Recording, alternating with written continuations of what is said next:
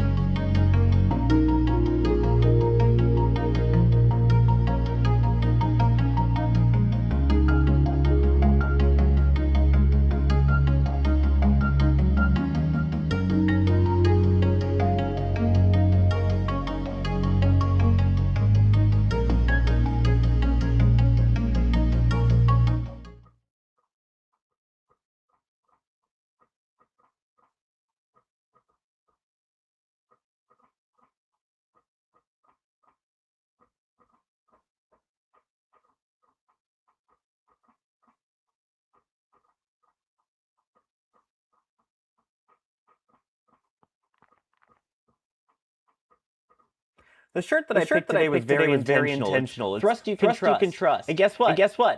That's a Merlin. It's not a raptor. I don't know if that's we can trust right now. But we'll talk about it on the flame trench. Roll the intro. And here we go. This is the logo for today's operations. Full reusability of like this is really something people haven't done before. We didn't know what we were doing. It was impossible to know what we were doing. No one had ever done something like this before. Press 10, 9, 8, 7, 6, 5, 4, 3, 2, ignition. Back skew. Separation.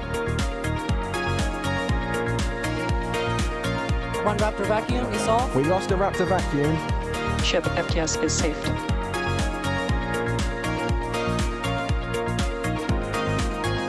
Starship is turning for final approach to landing site.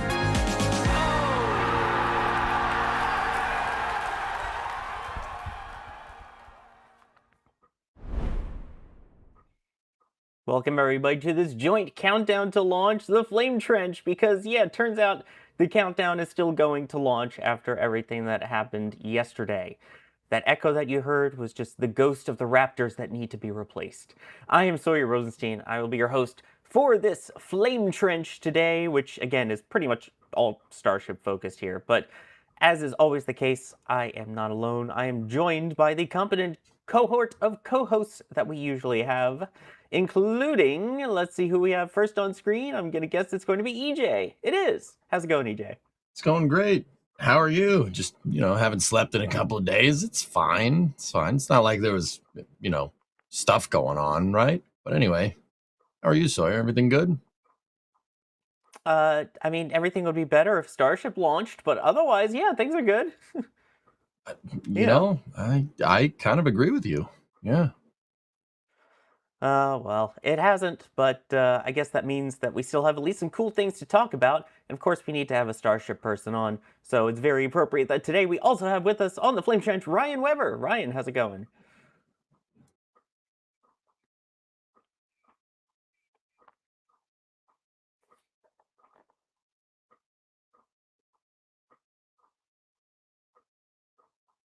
I think you may be muted in vMix, Mr. Ryan Weber. You know what? I forgot to mute. That's a great way to start everything. Great start, guys. Great start. Yeah, let's go.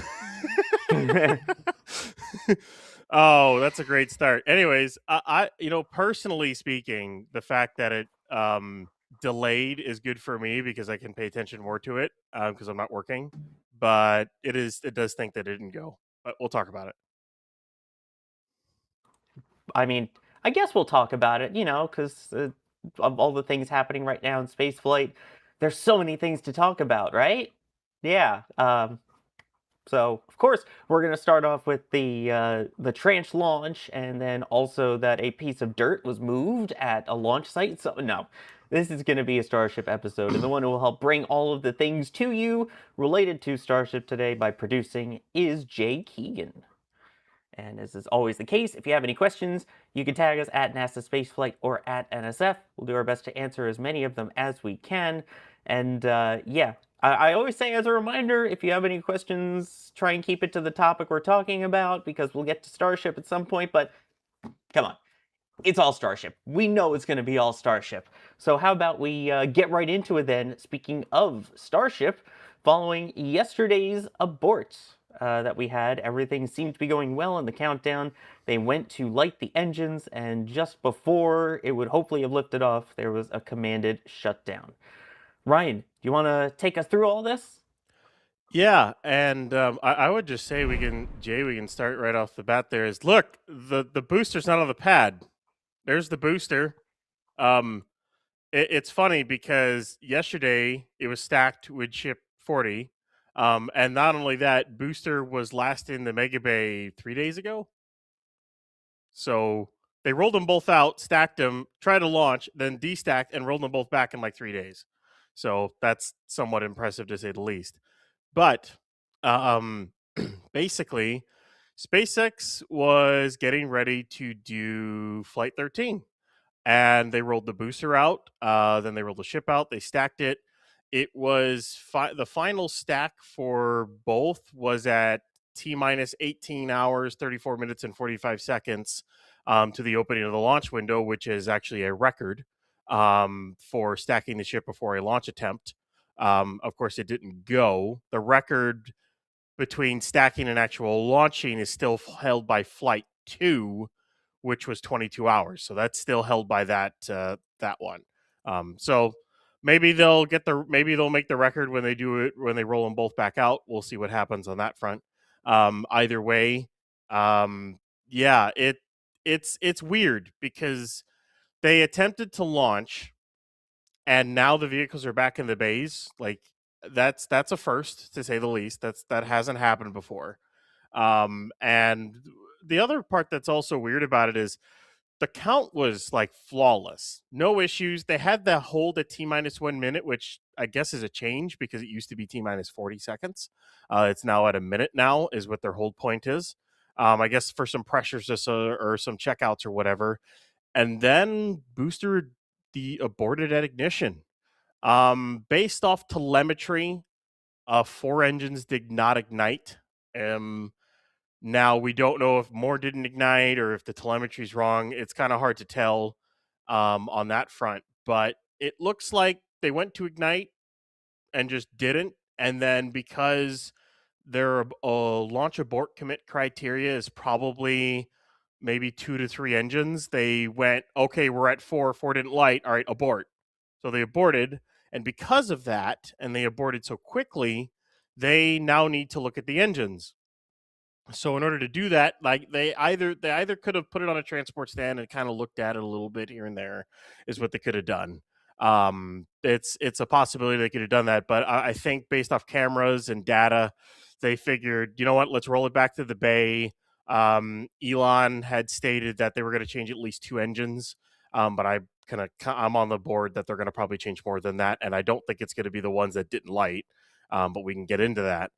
But it feels weird, the fact that they attempted a launch and now they're both back in the bay. I don't know about you guys, but it feels weird. Like, What do you mean? How so? Yeah. well, like it's never happened before. Like they attempted a launch and now they're both back in their respective bays. And also, I gotta say, I don't know how any other company that would have gotten both vehicles back inside the bay within less than 24 hours after the attempt. That's pretty quick.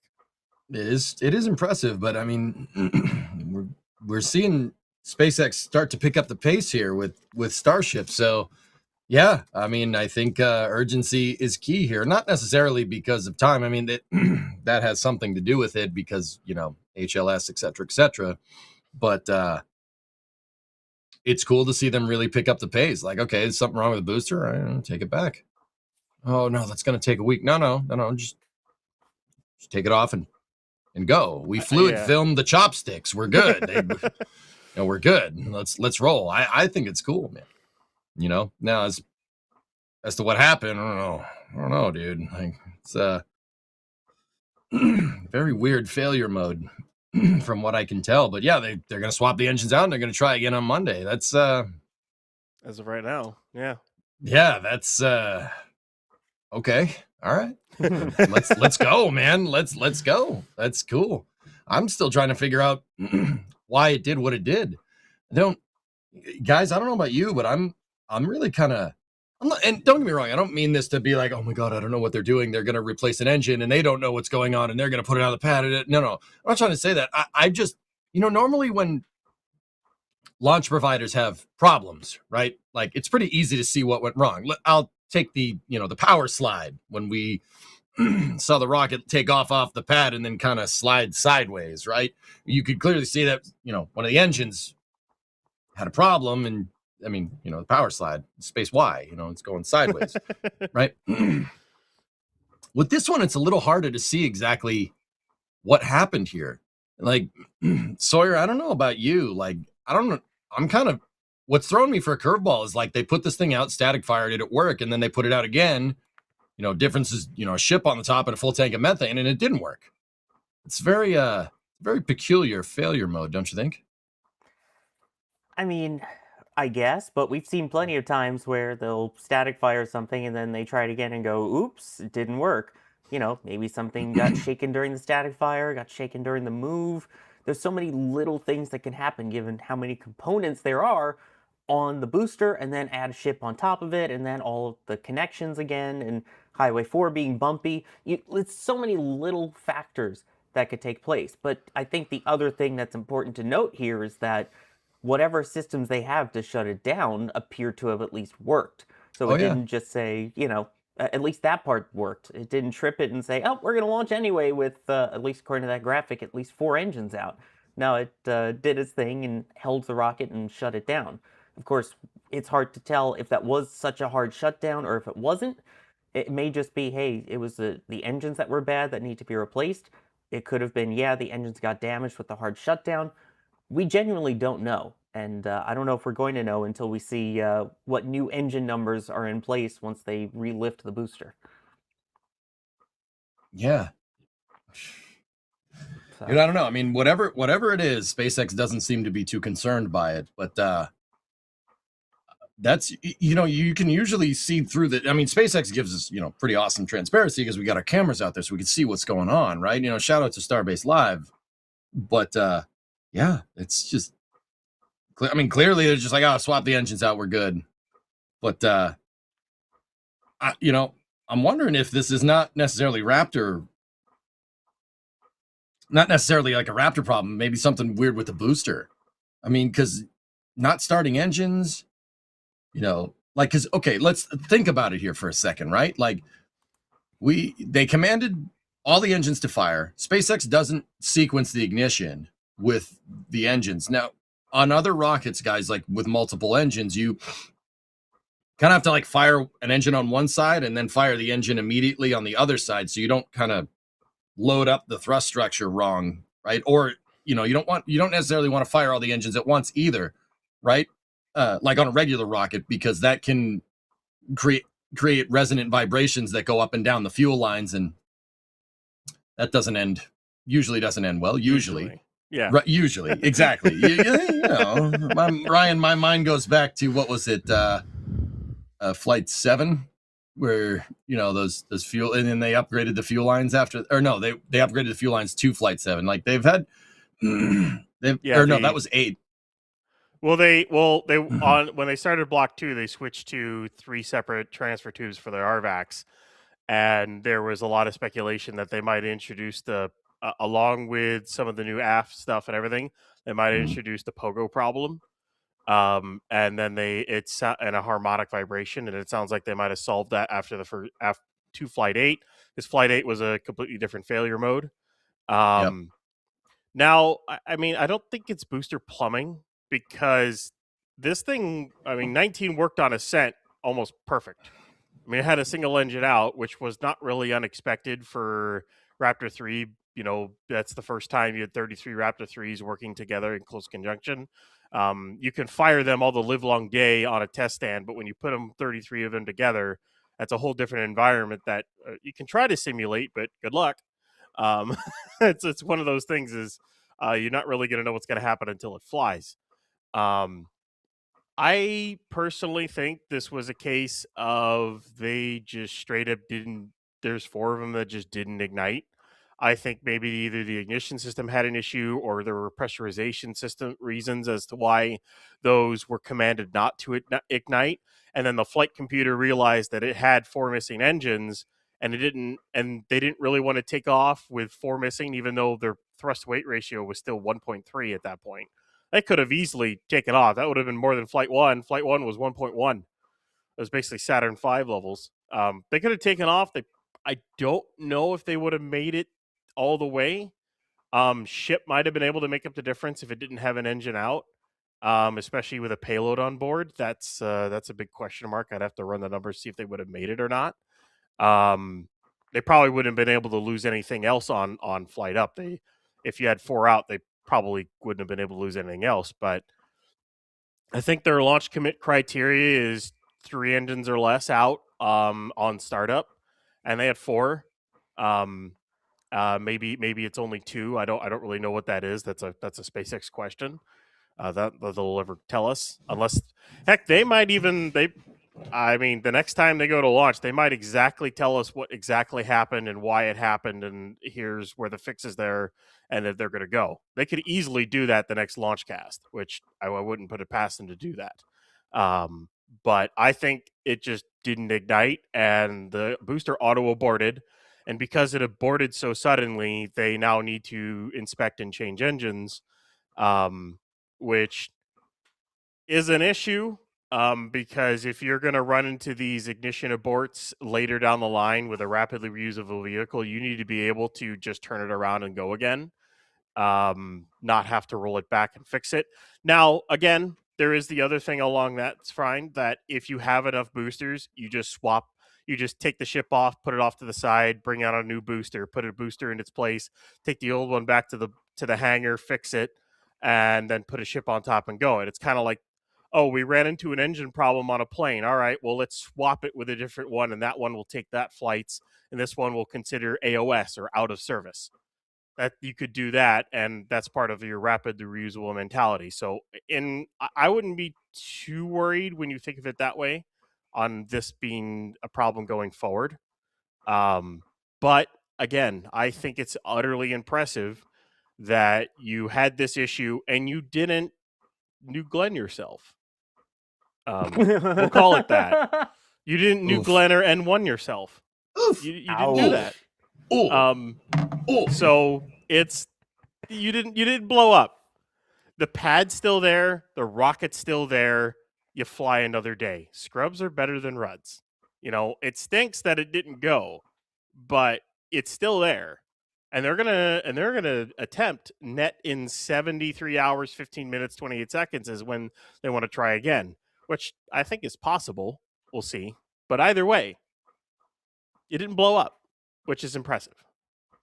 I have the shirt still from what was it? From Ship 35. Didn't blow up from that flight, but I mean, here's the other question then that I'm thinking of, because obviously we saw some issues as well. I think there was at least one that went out, and then the whole boost back burn issue with Flight 12. We've seen some other issues during the static fires, at least, that they've had to abort with and that.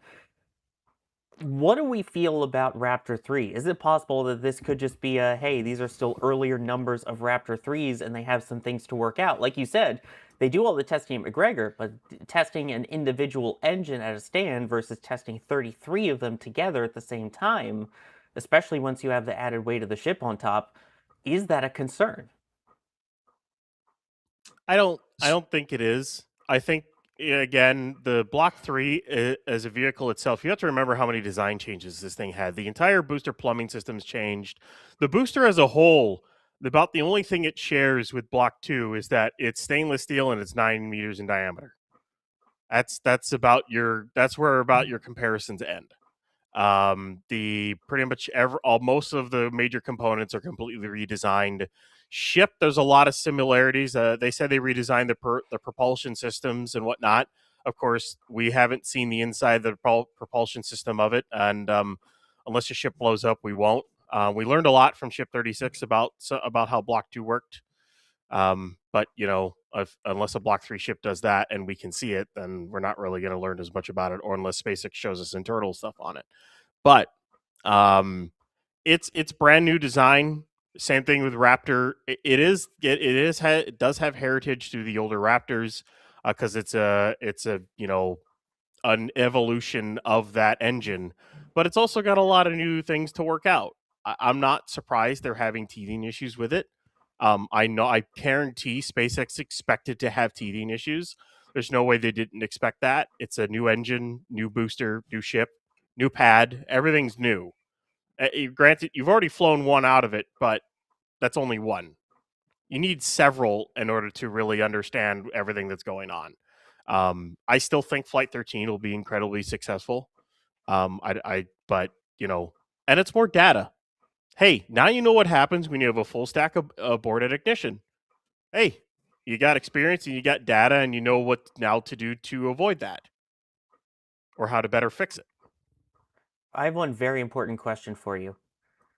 Who are you and what did you do with Ryan Weber? What? The positivity, the optimism. I love it. What? I mean, I understand what they're going through with this. I mean, I don't think it's going to, if they had blown the whole thing up, that's a whole different story. Of course, then we're going to get real pessimistic on that one, because that means the pad is gone, or at least heavily damaged and everything else.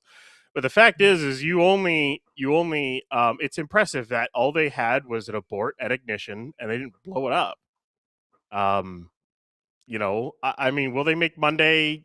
We'll see. They have to swap to at least 2, possibly more engines. I would assume more than just 2. That might, I don't know how long that'll take, but I know that it shouldn't take long to swap a Raptor. I mean, I know teams that can swap turbofan engines in 5 or 6 hours. Who just know, and that's teams who know exactly what they're doing. So if they have people that knows what they're doing, and they're going to be, trust me, it'll be all hands on deck to make sure this booster is back out probably by, I would assume, Sunday afternoon, ship Sunday night, stack it Sunday night, and then try for Monday. That's what they're going to try for. That's my guess. If not, it probably pushes to Tuesday. I could see that. But SpaceX has shown that they're able to push ahead with this kind of stuff. And I mean, I'm not too worried about it. I don't think it's an underlying problem. I think it was just an abort ignition due to the fact that a couple didn't ignite. Because I can't see anything that's saying otherwise. See, Brian, now I'm really wondering why it didn't ignite. I mean, Sawyer was asking, is it the engines, or, testing the engines, or testing the whole booster together, man? I don't get how you throw these things on there, do a 24-second static fire that we watched, right? And then do the exact same thing again with the stack and just have them not ignite. See, that's not... It is odd. I don't like that. I don't think I'm alone in this regard. If I looked at that, I'd be like, should probably figure out why that happened.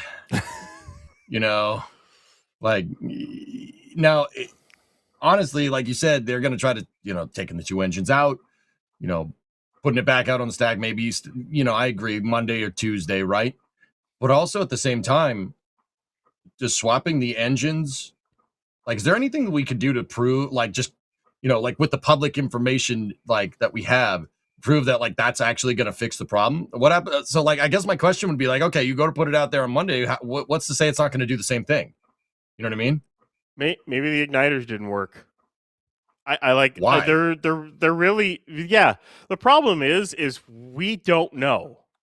We don't know what happened. All we know is that supposedly 4 engines didn't ignite based off telemetry data.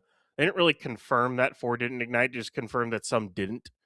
It could have been more. The telemetry could have been wrong on that front. We don't really know unless we had cameras looking at the engines, which, well, we didn't unless you're SpaceX. And at that point, you're like, all right, well, we can try to analyze that abort all the live long day, and all it is Elon basically just says some engines didn't start. It could have been 2, it could have been 4, it could have been more. We don't really know. Telemetry says 4, but I mean, are we going to 100% trust that telemetry in what, a second? Is it? I mean, less. That's yeah, or I mean, less. They turned than them that. on and then they turned them back Yeah. off. I don't know if I 100% trust the telemetry that's on SpaceX's launch stream. I think if we could see the inside the control room, that'd be a different story, obviously, but we can't. So I would say, I'd kind of say, yeah, some didn't start, which of course triggered an abort because you're not going to launch when you don't have enough engines in your launch commit criteria. And then you look at it, you look at the data on the engines and you go, okay, these aren't great. These are fine. Let's change these engines. Maybe there's other things that they're doing other than just changing two engines. Maybe they're going in there and looking at the igniters or changing out igniters or changing out stuff. Maybe they're doing more than that. They're just not telling us. That's the other thing too, is we can only work off the information we have. And the information we have is supposedly they're swapping two engines because some didn't ignite. That's all we have, which is odd. But Yeah, and I mean, they don't have to tell us, and I hate to say it, but I wouldn't be surprised if a lot of the updates that we get all going forward have a sugar coating on them, given that SpaceX is now a publicly traded company.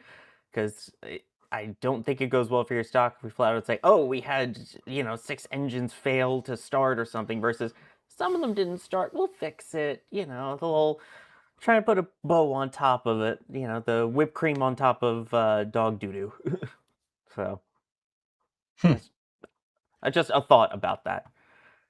Yeah, no, that's probably right. I mean, Sawyer, I don't know if you actually go back and read the Flight 13 update that SpaceX posted, talking about like what went wrong with Flight 12 and what they're changing. They gave us a lot, but there was sections of that where they were like, we've updated the problem because the problem happened and we understand that the problem happened and now the problem is fixed. So the problem doesn't exist anymore. In so many words, they essentially said that for how they addressed fixing some of the issues that happened with Flight 12. I don't have the copy up in front of me. I actually kind of want to get it here. Let me see if we can find this. While you're finding that, I do want to thank Bideford in the meantime, who said, everyone, let's show how much we all support NSF by hitting the like button today. Thumbs up, thumbs up, thumbs up. We'll see if that pops up on screen. Thank you, Bideford, for the $30 super chat with that. Always appreciated. And then Gaw5024, out of family, data on Starship, abort and scrub the cast. We started. Little delay, but we started. Don't worry about it. Totally not also stalling to give time for EJ to pull up the terminology so he can read it. I got it, dude. All right, go for it. All right, so which part in that 13 update was super sugar-coated? Let's see. It's the, 1, 2, 3, 4, 5, 6th paragraph. They say at stage separation, Flight 12, slight differences in engine startup on the ship caused the directional flip of the booster to be off by about 90 degrees. The startup sequence has been modified to be more robust to timing variability and more reliably flip in the desired direction, which is done to increase overall performance. I guess they changed the engine so the booster flips right, but the rest of that, there's a lot of stuff in here that's just, they said a lot. There's a lot of words on the screen, but there's not a lot of substance. So I don't know. Maybe that's the sugar coating that you're talking about. There are other spots when I was reading it. When I was reading it the other day, I'm like, what? What does that mean? Here's another part. Several hardware and operational modifications have been made to address the interconnected causes with additional reliability improvements planned in the upcoming versions of Raptor. What? What does that mean? There's not that just sounds really cool. Like several hardware operational modifications have been made to address interconnected issues with additional reliability improvements. We've made it better because we want to make it better because it had a problem, but now it's better. Yeah. So, trust us. So, dude, all I'm saying is that you might be onto something there. Well, also, and the one thing like Alex kind of points out too is when you're looking at that ignition, down in the little lower corner there, when you're looking at all 33 engines on there, and when it turns white, you assume that that engine is on and it's been ignited. Well, what's to say that the 4 engines, the igniters and the preburners went off, but the MCC didn't? Or what's to say that other ones, or based off the telemetry it's running, what's to say the preburners went off, but the MCC went off, but it aborted? And there's a lot of different ways that you could interpret that telemetry. We don't know when that little circle turns white. We don't know what that means in terms of on the engine. Granted, things happen within terms of milliseconds, but again, we don't know exactly how many ignited, how many didn't, and we don't know why or how. It's what is pure that, Ryan? speculation. Is that maracas cha-cha? What is the MCC? But like, it's What is it? No, I'm asking you. Sorry, MCC, main combustion chamber. Sorry, yeah, because the way Raptor ignites is basically, from what I understand, you've got the acoustic igniters now, which are basically no moving parts. You take, like, it's kind of like a nozzle that'll vibrate at resonance, which will heat up a gas and ignite it. It will basically take oxygen and methane gas and ignite it. And basically those ignite a pair of pre-burners, which are smaller, basically rocket engines, more or less, at the bottom of the pumps. So there's the liquid oxygen pump and liquid methane pump. Those pre-burners ignite, which turn a turbine, so a gas generator. That turbine is connected via a shaft to a pair of pumps. Now, there's the LOX turbo pump and the methane turbo pump. And they're separate from each other when you have, and the door's closing, so they're getting ready to lift it. No, don't close it. We like seeing it. Come back. But basically, once those pumps ignite, once those preburners ignite and those pumps start going, the liquid oxygen and liquid methane from the tanks are then pulled into the main combustion chamber. And because the environment that occurs in that, those auto ignite, and then the Raptor ignites. All of that happens in the span of milliseconds. It's like that. And then all of a sudden a Raptor's ignited. It's basically the same thing for any other rocket engine. About the only ones that really took a little bit longer to really throttle up were like the RS-25, because of the way the cycle works. Takes a bit to throttle up, but it's still pretty quickly. It's not like it takes multiple seconds to do it. They still start and then go up because of trying to remember the cycle name for the RS-25. I mean, it's closed cycle, hydrogen rich, but fuel rich stage combustion. The start cycle for it was a little bit different, but either way, pretty much rocket engines just start in an instant, and that's kind of how that goes. We could spend a while talking about the physics of how rocket engines work and how the ignitions work, but you catch my drift on that one. Alex made a engine on Raptor, made a video on Raptor engine. So there you go. If you want to go watch that. Talks about how Raptors ignite, although it's a little outdated because Raptor 3 at this rate. But either way, we don't really know what the telemetry means. It's impossible to do it based off that. And we don't know where the failure could have happened in the engine, whether it was in the pre-burner, whether it was in turbo pump, whether it was in the main combustion chamber. Could have been the plumbing, could have been anywhere. But they want to change at least 2 engines from the sounds of it, and that's that. So as of right now, they're going to close the door, lift it onto a stand. I would expect they're going to work on it all night tonight and probably through the day on Saturday. All hands on deck. They'll finish everything up. If they're really going to try to hit Monday, I would expect Booster to be rolling out midday Sunday, or Sunday morning. They'll push that, which I don't think there's any other rocket company that'd be able to do it that fast, and especially with a vehicle this size, that sounds nuts. Ship is on the center stand in Mega Bay 2. They had to use both bridge cranes to lift it because with the addition of the payload mass, it is too heavy for a single 180-ton bridge crane. That kind of tells us how heavy Ship is now with a payload. It's like 190, 200 tons with that payload on board, or if not more. It's a good observation. So and as a plus side to this, when they go to roll both back out, because both are basically will be ready for flight when they're ready, they might do a double roll. Stack booster, stack Ship. They might. Please. We might get a double roll during the day on Sunday.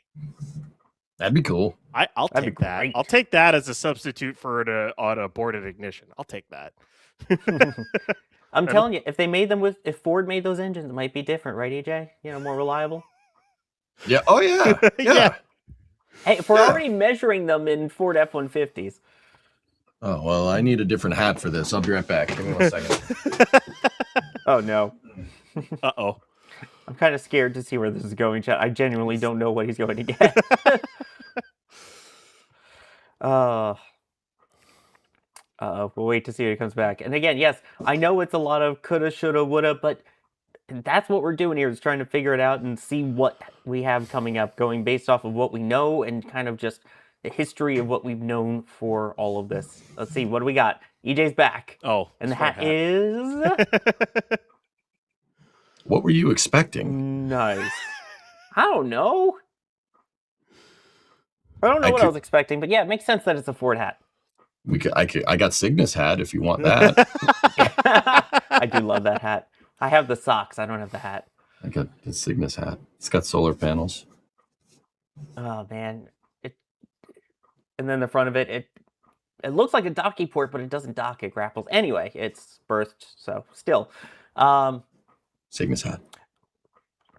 I do want to point out something interesting that David Nagy mentioned, saying engine 113, 133, and 137 all have the number 13 in them. And Yeah, SN78? Wait, and SN78, what position was it?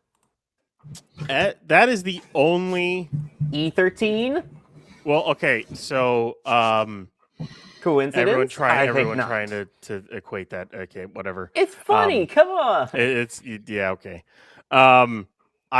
That's fun, and I know people have also asked, could the Booster 19 engines be responsible for this? I'll just say this: for the 4 that supposedly didn't ignite, one of them was from B19. The others were all installed on 20. The other repaired Booster 19 engines were on the outer ring, and according to the telemetry, those ignited. So I'm not going to chalk this up to the fact it was a repaired Raptor. This isn't SN11, okay? All right? This is an SN11 where they did a static fire, took the Raptors back to the production site, repaired them, reinstalled them, and then it blew up when it tried to do the flip and burn, which I'm still sad to this day we didn't get footage of that, but it would have been one of the greatest explosions in rocket history, let's be honest. Mm-hmm. I think it would even look cooler than New Glenn. New Glenn looked cool, but seeing that ship just like belly flopped and then just gone would have been amazing. But they decided to launch it in fog. But yeah, I don't think it was because of Booster 19's engines. I think it's hard to tell exactly what went wrong. Whether it was the igniters, whether it was a combustion chamber problem, preburner problem, turbopump problem, whether it was a plumbing problem on the engine side. Or maybe it was a GSE side. I don't know. We don't really know what happened, but I mean, they want to replace 2 engines, so I would assume it's Raptor related, not engine plumbing related. That's an assumption, of course, at this point. And I guess Juno's wondering then, given that it did fire, even if just for a little bit, they're wondering, do they need to repair the pad at all? The pad? I don't think so. No, the pad area. What do you think, EJ? I think the pad's all right. I mean, so really, really easy way to kind of figure out that the pad's okay. Well, they want to launch on Monday. If there was something wrong with the pad, they wouldn't be able to fix it in 70 hours. I don't think. I don't think. You don't know. I mean, SpaceX in that critical path video had a dude just hanging out on the chopsticks, spraying the roller skates with fluid film or Corrosion X. Like, yeah, they're like, it works now. All right, you can come back here. He's just hanging on the chopsticks 200 feet up in the air or something. No big deal. Whatever. It's fine. So, you never know. But Ryan, I'm inclined to say no. What about you? I don't think anything's wrong with the pad. I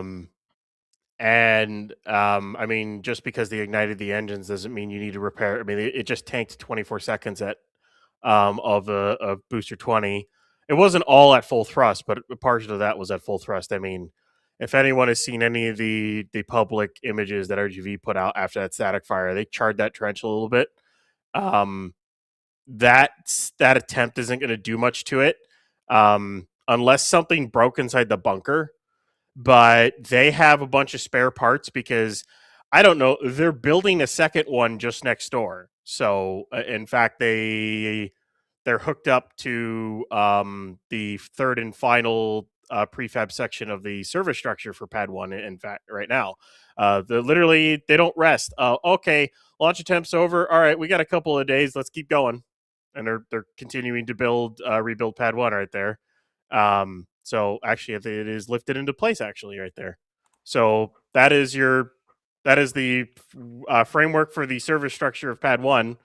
So if they need extra components for Pad 2, it's pretty quick to fix it because they're going to have a bunch left sitting around for this one. And if they also need one, they can talk to Florida. I mean, heck, in the critical path video, they literally asked Florida for a new chain on one of their bearing skates. They sent them one. They installed a new one. They didn't do a whole new skate. It was just one of the bearing chains, one of the two tracks. They just replaced that and then reinstalled the old skate and called it a day. So like they have spare parts laying around. I don't think it'd take that long to fix it. They're pretty good at that. Launchpad team is like top notch for SpaceX. A lot of experience with fixing broken pads, as with Pad 1.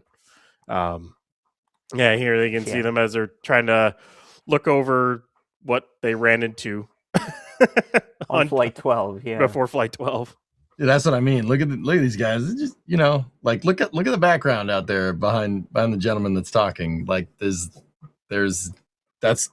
not close to the ground. That's all I'm saying. Like, it's not close to the ground. See the elevator that they're going up in? Like, it's a long way up. Even when the chopsticks are like in the low position, you're still that's 10, still pretty 15 far stories up off the ground. Yeah, exactly. Like the ground. Notice that the ground is not near. Hey, sub Sharpie man.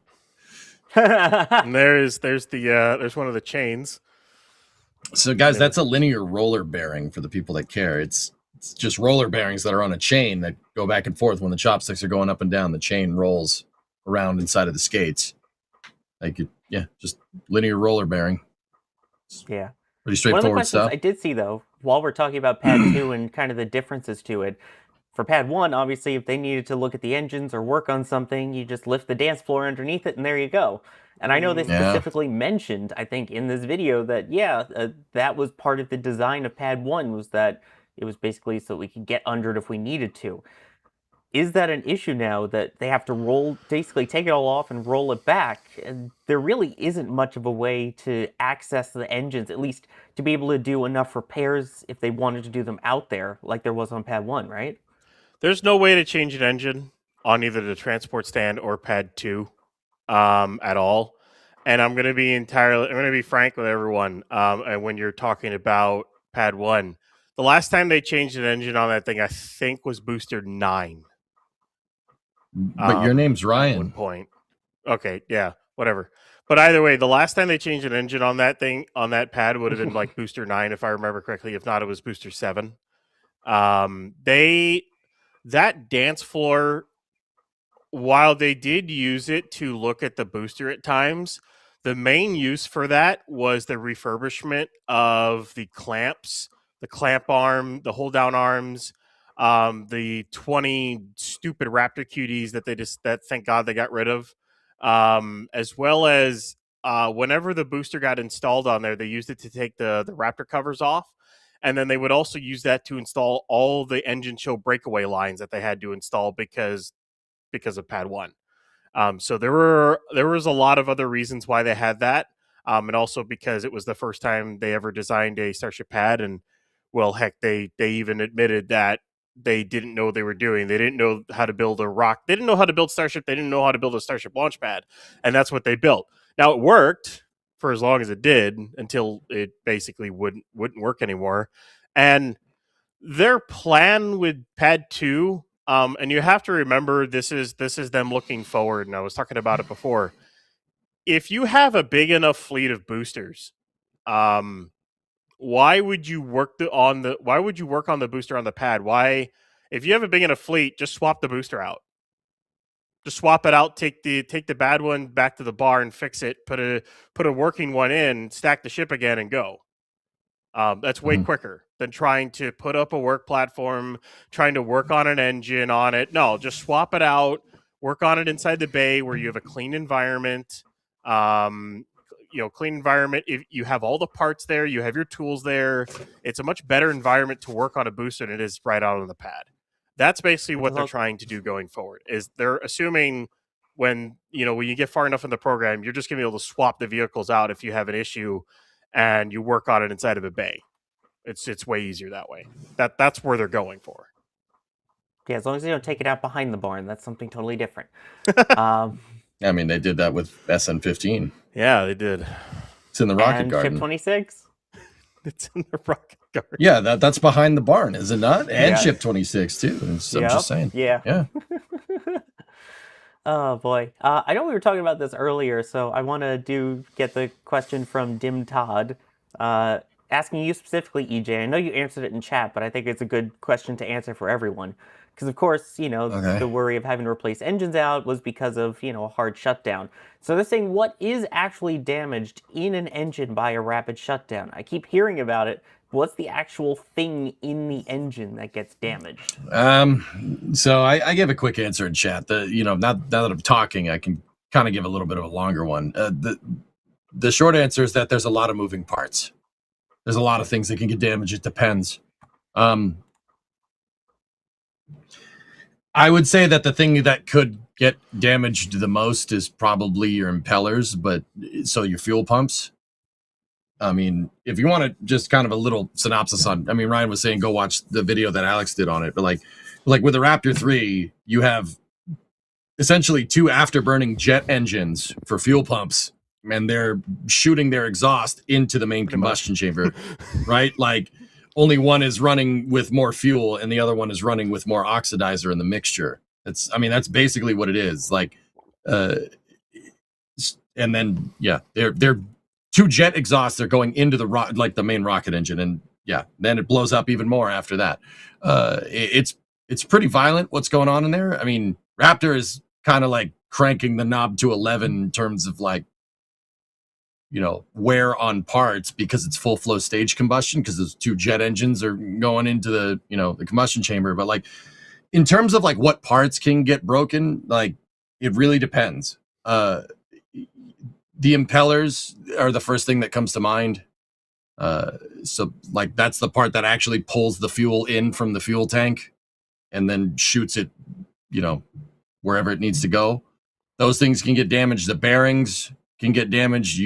When you all of a sudden stop everything, when you all of a sudden stop everything all at once, that's you hydraulic hammer your impeller. That's really great. Bad. That's really bad for it. Yeah. You could get impeller cavitation, which basically means it can't shed the heat. Start making air bubbles exactly. Well, they're not air bubbles. It's vacuum, dude. Yeah, it's not it's good. Freaking vacuum in there, right? And it'll heat up the thing. And the other thing that you can do, if you guys know cars, right? You can spin a bearing. Oh yeah, you can spin a bearing inside of the turbo pumps, and it's not great. It is not great when that happens. That's it's about as bad as a car, because that means the impeller shaft can do this inside of the pump. That's really, really bad for it. That'll make it blow up. And don't get me wrong, Dim Todd, most of these failures usually result in the engine exploding. The other thing that you could have is your cooling channels. You could have a clog in the cooling channels on the nozzle, in which case the nozzle has non-uniform heating, and then it blows up. You can have...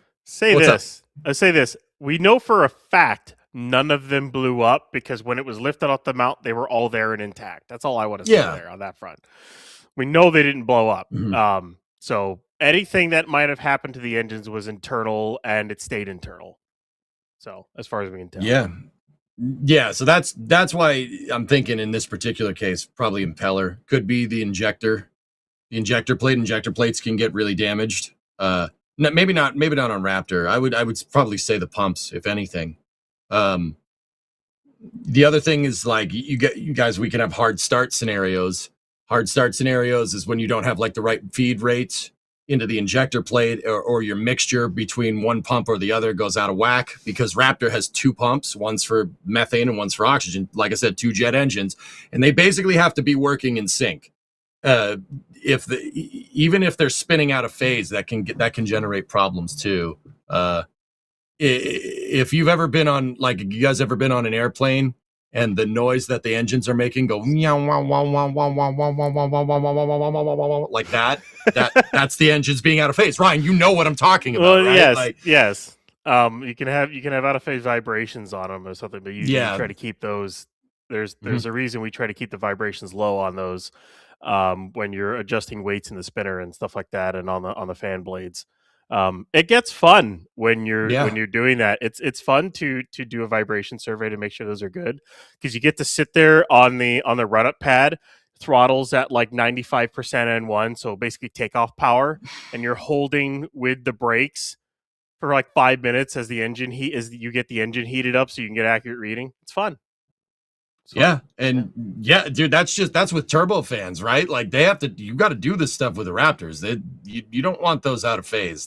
I mean, it might be able to handle it. Might. There's all kinds of other stuff. You could do a hard start scenario, or in this case, hard stop, I think would be much more appropriate here. You turn the rocket engine on and turn it off immediately.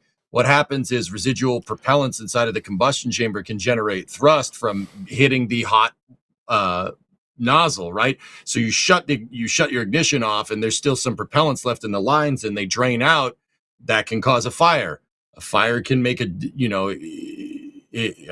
it can make a fire, but also it can detonate in some circumstances too. My mind goes back to Booster 7 when they were testing Booster 7 on Pad 1. It's the spin boom.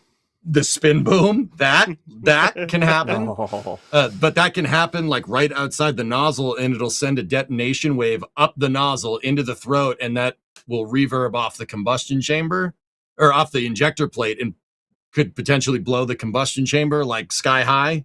I'm amazed that didn't happen with the spin boom. Like, I'm like, how is that thing still alive? It's weird. There were many reasons why that booster should have died and didn't die, and somehow still made it to flight.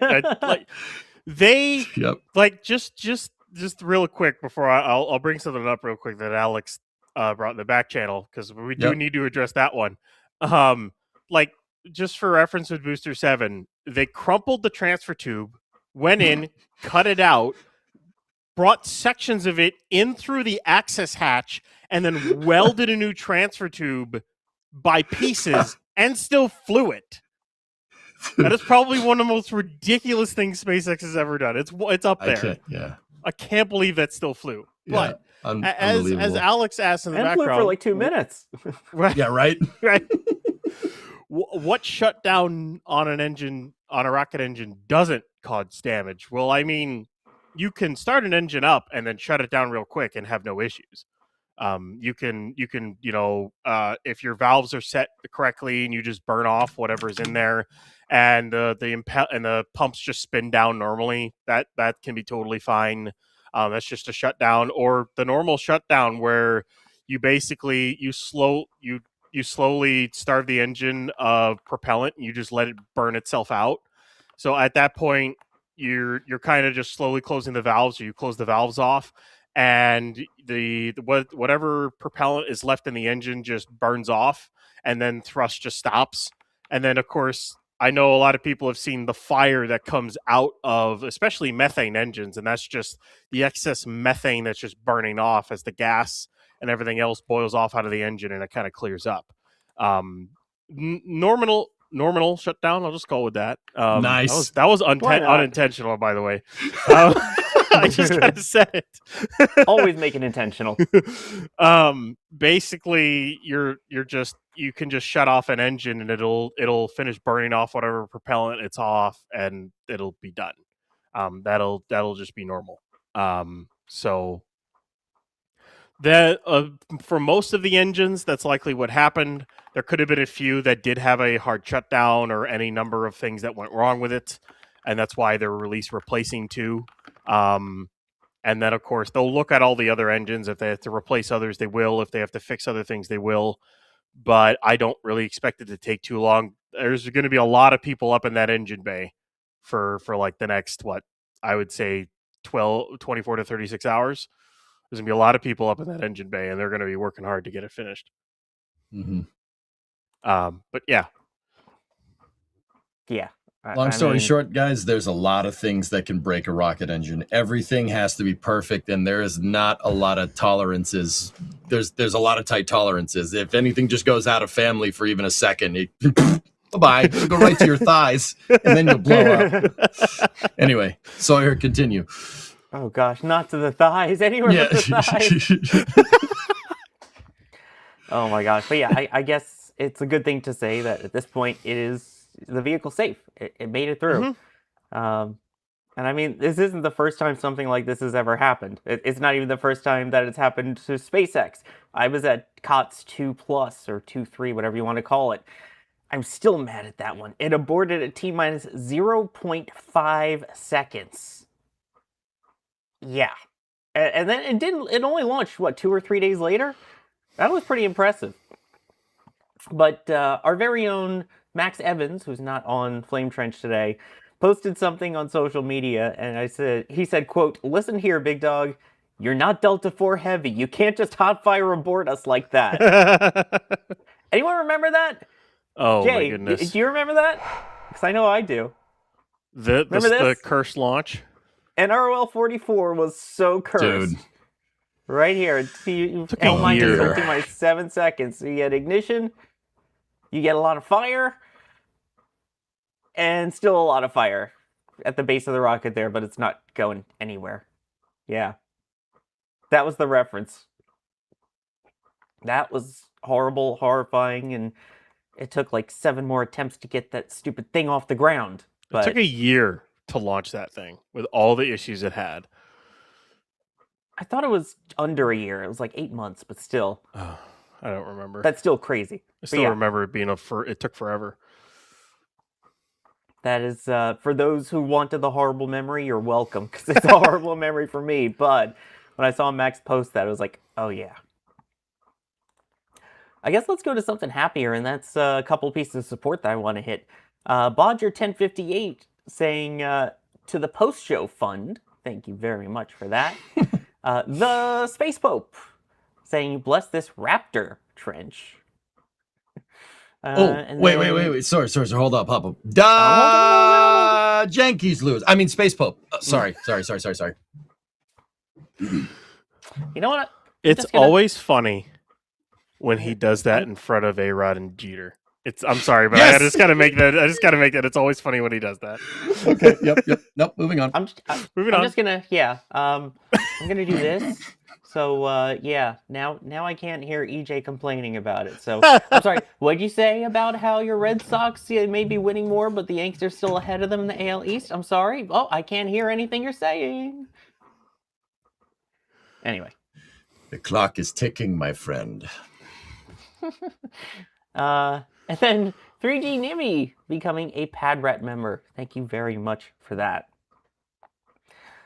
While we're still talking about other Starship things, because of course we can talk more about the abort and stuff going forward, there's a couple other things I want to address, both with Starship in general and then of course with some other programs that it's a part of. Real King Fishy was asking, will they have to replace the flight termination system? Is it only rated for 72 hours? I don't think SpaceX has ever told us what they're rated for not on Block 3. I think in the past it might have been rated for less time. If they need to replace the batteries, they will. Or they just charge it too. I don't really think the FTS is going to be that much of an issue, to be honest. I mean, they pretty much installed that right before they move it out. So, I mean, they'll have the FTS on it. They still have the Starlink satellites inside the ship. So, I don't know if they would need to adjust anything with that. It's not like Artemis, where there was definitely a set timeline of 90 days, and then the FTS is no bueno. I don't think Starship has that time lock or anything along those lines. At least nothing that's been made public to us. You also have to remember Starship is AFTS, automatic flight termination system. Every other rocket has that except for the one that has to be grandfathered in because it's different, and that's SLS, which is manual. So yeah, basically, or was it an Atlas manual at one point? Then they had to update it. I think it was too. TFTS For all the Atlas flights left, aka Right. Starliner, if it ever flies. Uh, But yeah, dude, can I just say this is off the rails completely? That the LA08 coverage was abysmal for the last Atlas 500. Is that a fair thing to say? by ULA. not if you watched NSF's coverage. Yeah, NSF's coverage was great. No, but yeah, There was they no were like, okay. fanfare. yeah, they were like, it's just another Atlas launch. I'm like, what? It's your last fairing Atlas launch. Come on, guys. Yeah, that was kind of disappointing. And then they just cut it. They cut it before Vico. I'm like, okay, it's just was one lame. of the rockets from my childhood. Yeah, I'm all right. All right. Due to the, at the behest of our customer, we're not going to show you nothing, even though we showed you exactly this mission profile for the LA07 mission. Just saying. Right. And the animations and like for the Arion one, they literally show the animations of it spinning and deploying. Yeah, I don't. Yeah, no, that's ULA, you That's lame. disappointed me. that's lame. It is lame. In before everyone starts getting that ULA ad that plays before all of our streams. It's America's launch vehicle. Are they They blocking the road? I don't know, are they? Well, as I see lights down there, are they blocking the road for a test? I gotta see if pad 1. I gotta see if pad B is actually a little bit clearer. Pad 2, whatever you want to call it. I still think of it as pad B in my mind. Go ahead, EJ. Pad. Oh, that's that pad right there. Yeah. The other one is this pad. Exactly. Yep. They are dropping off a lot of water. So either they're refilling for Monday or maybe they're getting ready to test the thing today. We'll see. Maybe. By the way, It's kind of odd to see a cop there with his lights on unless it's someone got pulled over. But anyways. O fingers, by the way, with the old reference saying ended the coverage to play Heidi. I don't understand. The Heidi Bowl. It was I think it was Jets Raiders. It was a complete blowout. And so the Jets were winning by a bunch. So I think it was NBC said, you know what? It's a blowout. Let's get people watching something else. So they started playing the TV movie Heidi. And everyone found out the next day in the newspaper that the Jets lost. And the Raiders came back massively and beat them. So it's known as the Heidi Bowl. Welcome to That's Jets. that's just awful. And yet somehow I'm still a Jets fan, I guess you could call it. That's just terrible. It's horrible. The Jets lost. I'm so upset. Oh yeah, if you were listening on the radio, you knew that the Jets lost. If you were watching on TV, you went to bed going, "Oh, cool, they won," and then you looked at the newspaper and saw the final score and went, Nice. Anyway. Well, yes, it is true. That's almost Sawyer. That's almost as crazy as parking the bus in the 55th minute. Yeah. Yeah, you I'm know sure what you you're did. gonna anger a bunch of people with that. Anyway, back to rockets. Back to rockets. back to rockets. Back to rockets. Rails, where we're going, the only rails we need are landing rails.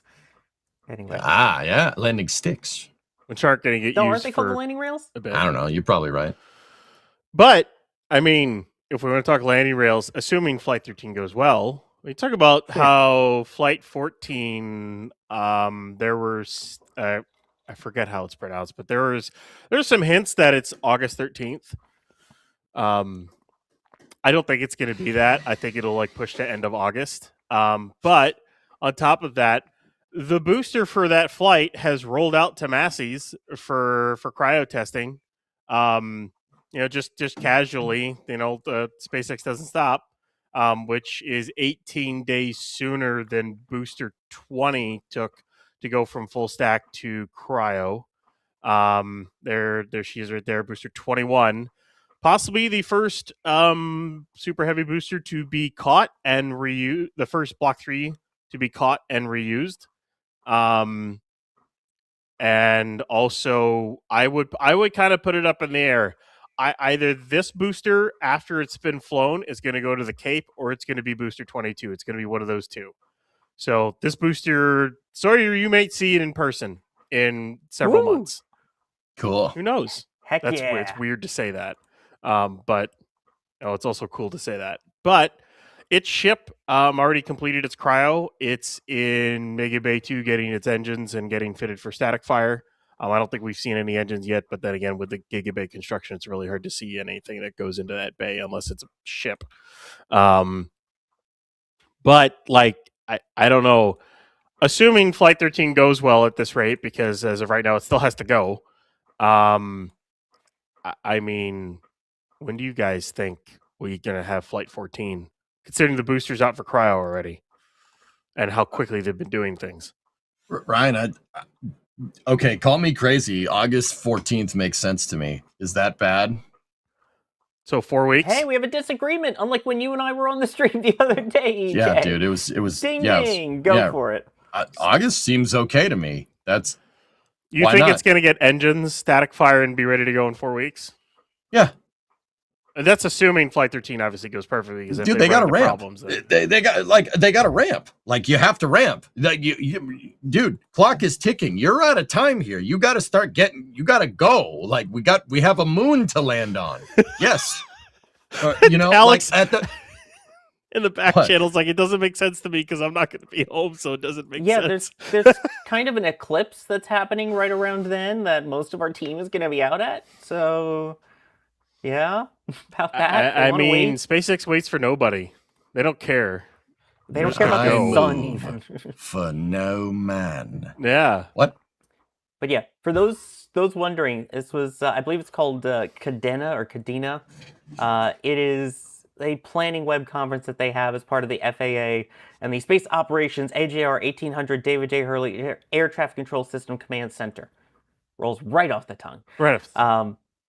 But in their updates, they go over, potential threats and concerns to the area, including hurricane forecasts, weather, other events, and one of them they have is upcoming high-profile missions.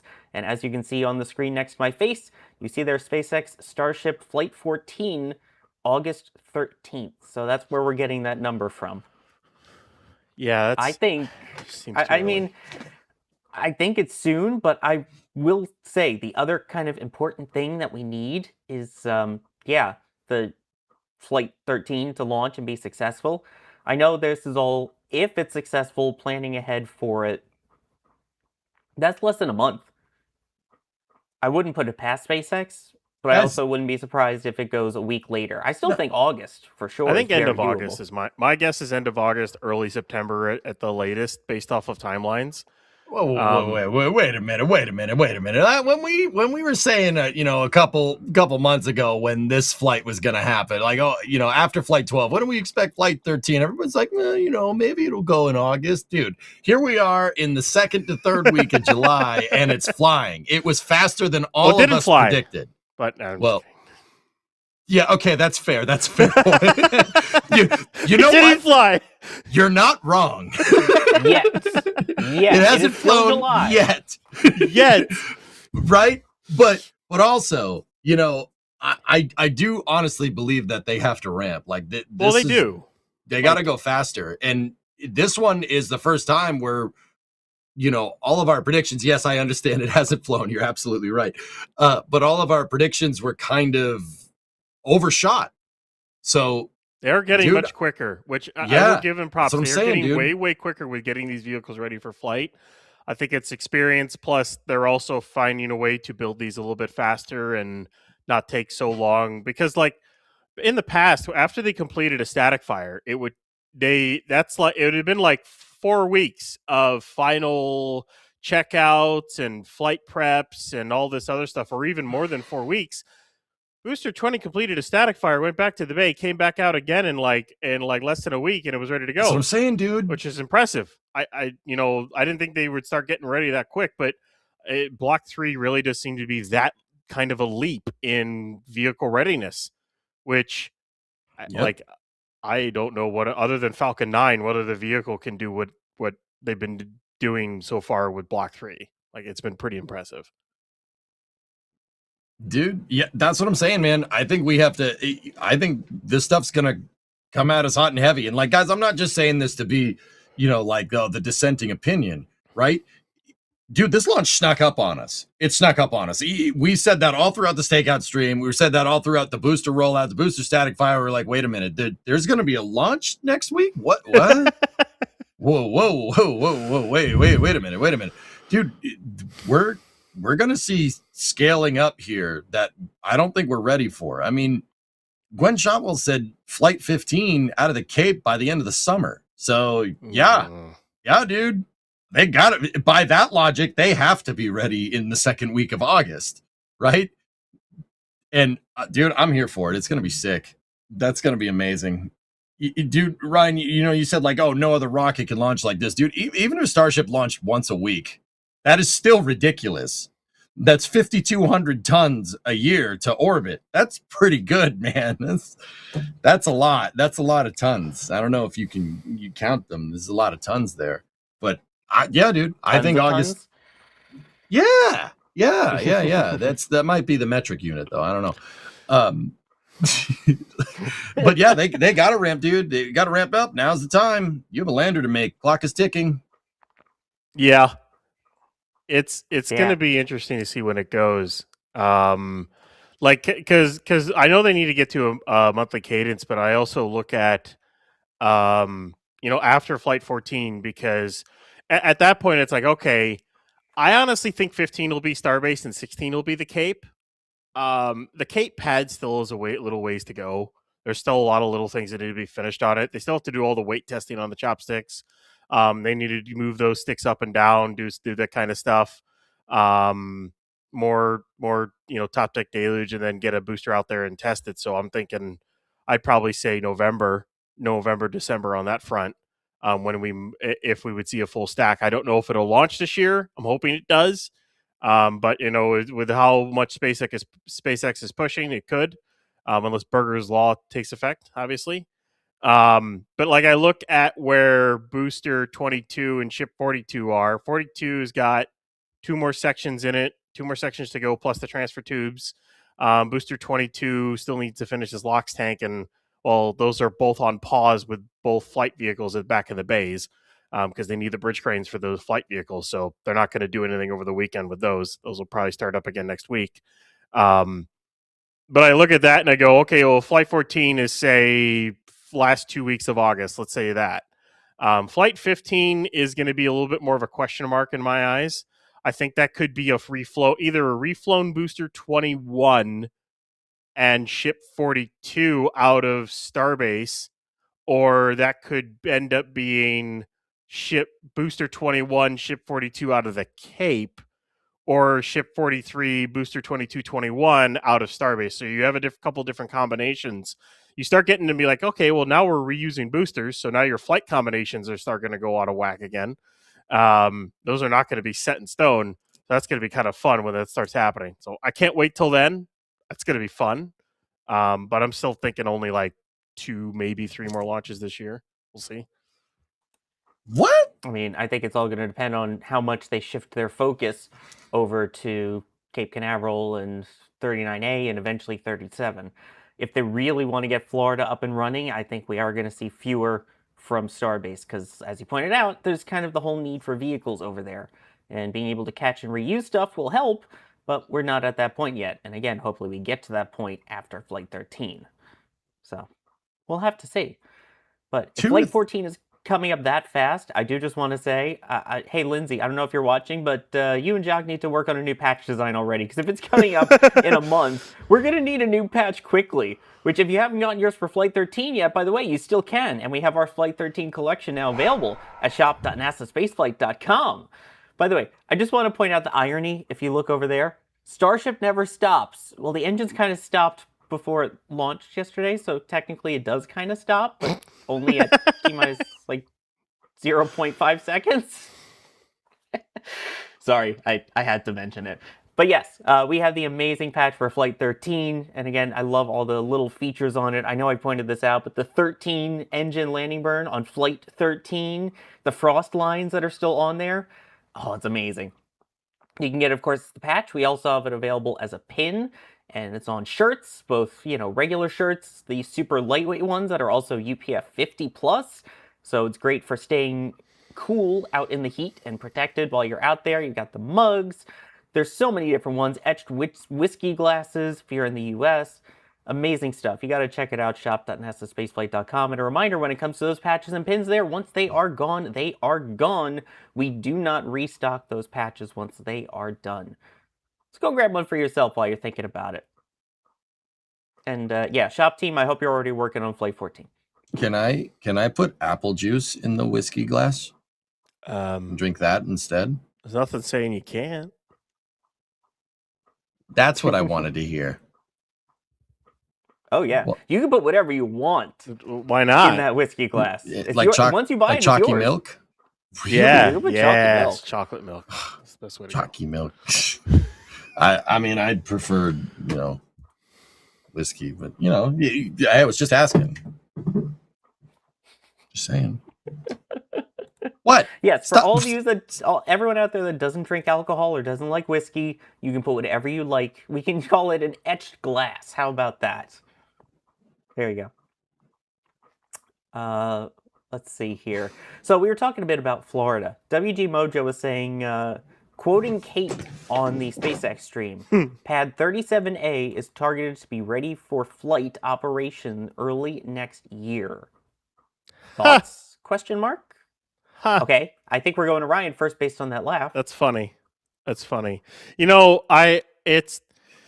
They want it to be ready soon. I'm just gonna say based off the last two they've built, it takes them 6 months to just build the launch mount, and they're just starting to build that launch mount right now, and it's July. And then once that mount is installed on the pad, it takes about another 6 to 12 to finish it. It's not going to be ready early next year, probably end of next year. But wait a minute, man. You got to extrapolate that. The more pads they build, they're going to get faster at doing it, right? I was going to add more to that, as well as the fact that you don't have any tanks for your tank farm. That's one, or the deluge farm. You have a few of them. You have to build You have to build all of that out. Like, there's literally nothing there. There's nothing there. You don't have a storage farm to tap into. You have to build it all from scratch. And take lead times are pretty long. Now, if they've got them all on order and they're on their way, great. But you still have a lot to do. And I would say with this and also EJ, to answer you on, they've already built 2, they're going to be quicker. Pad 1 has been slower so far. Just saying. That's a refit, not a ground up build, though. And I'm taking it from the point when they started doing the CFA piles again for the trench. So the point I'm starting at is the same point at which I took for Pad 2 and for 39A. So the same point, they're about a month behind. However, they are going to probably catch up some of that time because they are prefabbing a lot of the stuff. Like you just saw, the server structure going in was prefabbed. It looks like they are prefabbing all of the flame trench walls. They're stacking them at least 3 high, possibly 4, and then they're going to use the Buckner 11K, which has the V-frame with the counterweight tray to lift those in. I have not seen that in any of the more recent imagery we had from Slick 37A. That trench is dug out. I think they're done the rat slab and they're laying in the rebar. So in some ways, that pad is also behind Pad 1 because Pad 1 has gotten a lot of the materials to be able to prefab it, but that one hasn't. So it's kind of like through and through, but one way or the other, they're all still kind of on track to take 18 to 24 months to finish. Pad 2 took 24 months. 39A is taking about that same time. It's going to take about 20 months. They restarted work on 39A in what was it? I think it was May. No, it was February of 25 is when they restarted work on that pad. So, like, if we're talking timelines, that's going to be about 20 months or so until 20 months or more until Ariane's back online. So it's a little bit quicker, but they also already had a tower. And they had a methane sphere, which kind of helps with methane, not getting more methane tanks. So, like, the timelines have basically stuck the same between the two pads that they've built, and they're kind of sticking the same with the other two they're building. I don't see it being ready in 5 months, 5 to 7 months. No, but look at what's on the screen. Look at what's on the screen next to your heads there. So if we go back just 1 second to 37, Jay. Sorry to backseat produce on you. Thank you. Look at that. That is the 7th tower segment. We can almost see it above the tree line from the Launch Complex 39 press site where our remote cameras are. It looks like they're getting ready to lift the 8th segment. That could be as soon as this weekend, based off of how quickly they've been going and what Julia Bergeron's been able to see from just the public areas on the road. There's 9 segments to it? And that's number 8 that's getting ready to be lifted in the next couple days? 9 You're telling plus me that the tower isn't going to be ready? Well, the one thing that's nice about that tower is also it's far more kitted out than the one at Pad 2. It's a little bit more, actually, because it's actually have some of the cladding on it because the LR 13,000 is a beast mode of a crane. So Agreed. You could put a lot of weight on it and it won't care. So other than the cladding on it, it's about the same kitted out as Pad 2 stuff is. I don't know if they put the new gussets on it yet. Of course, it's hard to tell because we don't get like zoomed up images of it. But finishing that, stacking that tower is one thing. Finishing it off is entirely another thing. You have to connect all the lines internally to it. You have to run all the electrical through all the conduit. You have to fill all the columns up with concrete. Then you have to weld all the plates on it, build the aft part of it in, including putting all the systems in, running the wiring and everything takes a while. Pad 2's tower took a bit to do that. Now, granted, they got a little more experience now, but you stacked it, but there's a lot of work to do after you stack that tower. That tower probably won't be operational for another year. But do you see how many prefabbed parts there already are? I mean, when we did the flyover at Roberts Road, you could see parts of the deluge system, parts of the top deck being built. A lot of the stuff that's needed, these intricate things, are visible when we did the flyover at Roberts Road. And I can only imagine what SpaceX has at their other places that the public isn't allowed to see. So it's like they have everything ready to go. It's just a matter of getting it fully assembled. I think, given what she said of next year, like let's say this time next year, I think it's extremely possible. By Jake, I think it's extremely possible that we could have a launch from 37A. I forgot to record the date when they installed the first module on that tower. I gotta find it again to see what the timeline for 37? On 37A. Dude, it was like a month ago. Yeah, which is no faster than any of the other towers. Yeah, but you got to remember that a year ago at this time, there was a ULA launch pad sitting on this pad. Like, clearing out everything and then belting this thing out. You say, like, well, it's not fast. I think it is. They actually took longer with the tower, actually.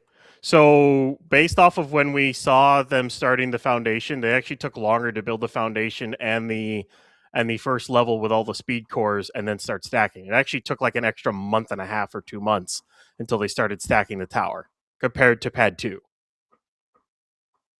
Because they had to clear out a Delta 4 pad and 2 Apollo pads. This was long after the entire pad was cleared out.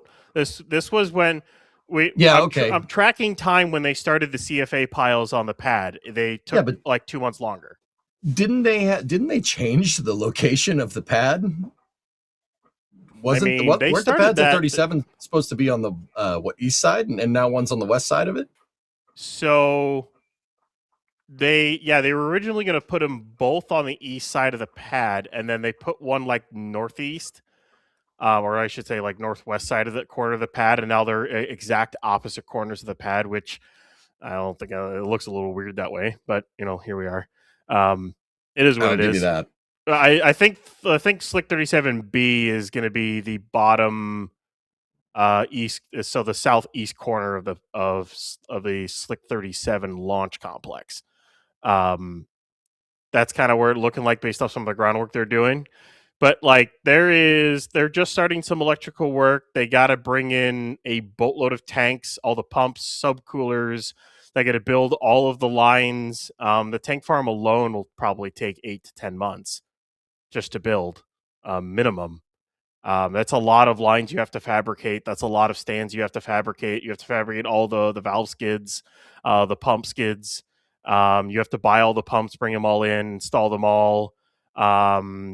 You have to lay everything in. You have to, there is a lot of work to be done. It's not something that you can just get done in like 8 months. That's not how that works with a launch pad, which is one of the reasons why I say why Blue is not launching this year still, because there's still so much work to be done with that thing that I still think it's going to take them at least a year, if not more, to fix it. Launch pad, when you can't rush a launch pad, that's not one thing you rush, and it's not one thing that goes quick. It's not a quick thing to build infrastructure. It takes a while to build that kind of stuff. Like I know SpaceX wants to build probably a lot of gigabays. Each gigabay, just the foundation and the internal structural is a year and a half of work. It's taken that long for both gigabays so far. And that's not even the internals. The stuff takes time to build. They're not going to be ready by early next year. It's probably end of next year, if not early 2028. That's my End guess. of next year? What? Whoa. End of next year? What are End you of nuts? next year will be 24 months, and you're building a pad from scratch. That's 2 years. It took pad 2 years to build, and they already had tanks there. Now, granted, they can probably get things quicker, but you have to build everything from scratch. Everything. But you don't. Right. It's all We'll see all who's this right. stuff. We'll see who's End of right. the year. End of the year. Boom. Okay, sure. Now what? Yeah. Now Which what? year? This year. All right, that's fair. So at this point, I think we've got EJ going for end of this year. You got me going for a year from now, and Ryan going for 18 months, is what it seems like, for 37. I'm saying 18 months from now, give or take. I mean, here's the thing, and I did see a question about this, is do we know where they're at with the launch mount for Pad A? Has construction begun on that? I mean, we've seen a lot of things for the top deck. Where are we at with the mount? Oh yeah, they laid it down the other day at the other site, right, Ryan? The for Slick 37A, the mount is starting, and they'll definitely be able to probably cut down on time, because when you're first building one of those things, it can get fun. We saw a lot of the mistakes when they built the first one for Pad 2. You can see where they added a lot more welding passes. They went, we need to fix this a little bit, or things maybe got a little bit out of alignment. It's happens when you're building these massive thick steel structures and you're having to do several welding passes. It's insane how much welding is in that pad to put it all together. It might go a little bit quicker, so maybe like 5 months it might be able to go a little bit quicker, but there comes a point where you're putting heating pads on inch thick steel or thicker, and you're heating it up to then do multiple welding passes, letting it cool, then do another multiple welding passes, let it cool, do more welding passes. Like, that's how you build these pads that they're doing. It's ridiculous. They weigh 1,200 plus tons when they lift them. It's not something that goes quick. It takes a while to do this kind of stuff. You can only make things a little bit quicker over time when it comes to welding heavy steel materials. You can only make things so much quicker, because things have to happen in sequence. You willing to put a little wager on it? Huh? And do a wager on TFT here for this? Yeah. We're doing? I'll bet you 20 memberships. 20 gifted memberships. 20 gifted memberships that it's going to be ready by when for you? I said the end of the year. I'll stick to it. You'll say it's going to be ready by end of year. So maybe not, but I'll still do it. I'll say 18 months December from now. 31st, Yeah, we'll do it. 2026. 20 gifted Now, memberships. What? Now, are these prices right rules? So, like, if it goes past me, but it's ready between your and my's wager, who wins? Wait a minute, we got to Me. establish the. Oh, I'm the one who So- said a year from Yeah. now, so that's the middle. all right. So, if you win, we both have to give 20 memberships. Yeah, whoever. All right. Okay, Yeah. let's do it. All Yeah, three of let's us do are it. in on it, and that's 20 gifted memberships on the line from all of us. Boom. All right. Deal. By the It's way, on the EJ, internet. We can't take it back. What's up? May I remind you? What? I was just looking at it. We had our predictions at the beginning of the year. Oh no. The question that came up was, how many times will New Glenn launch in 2026? And you, sir, said 6 to 10.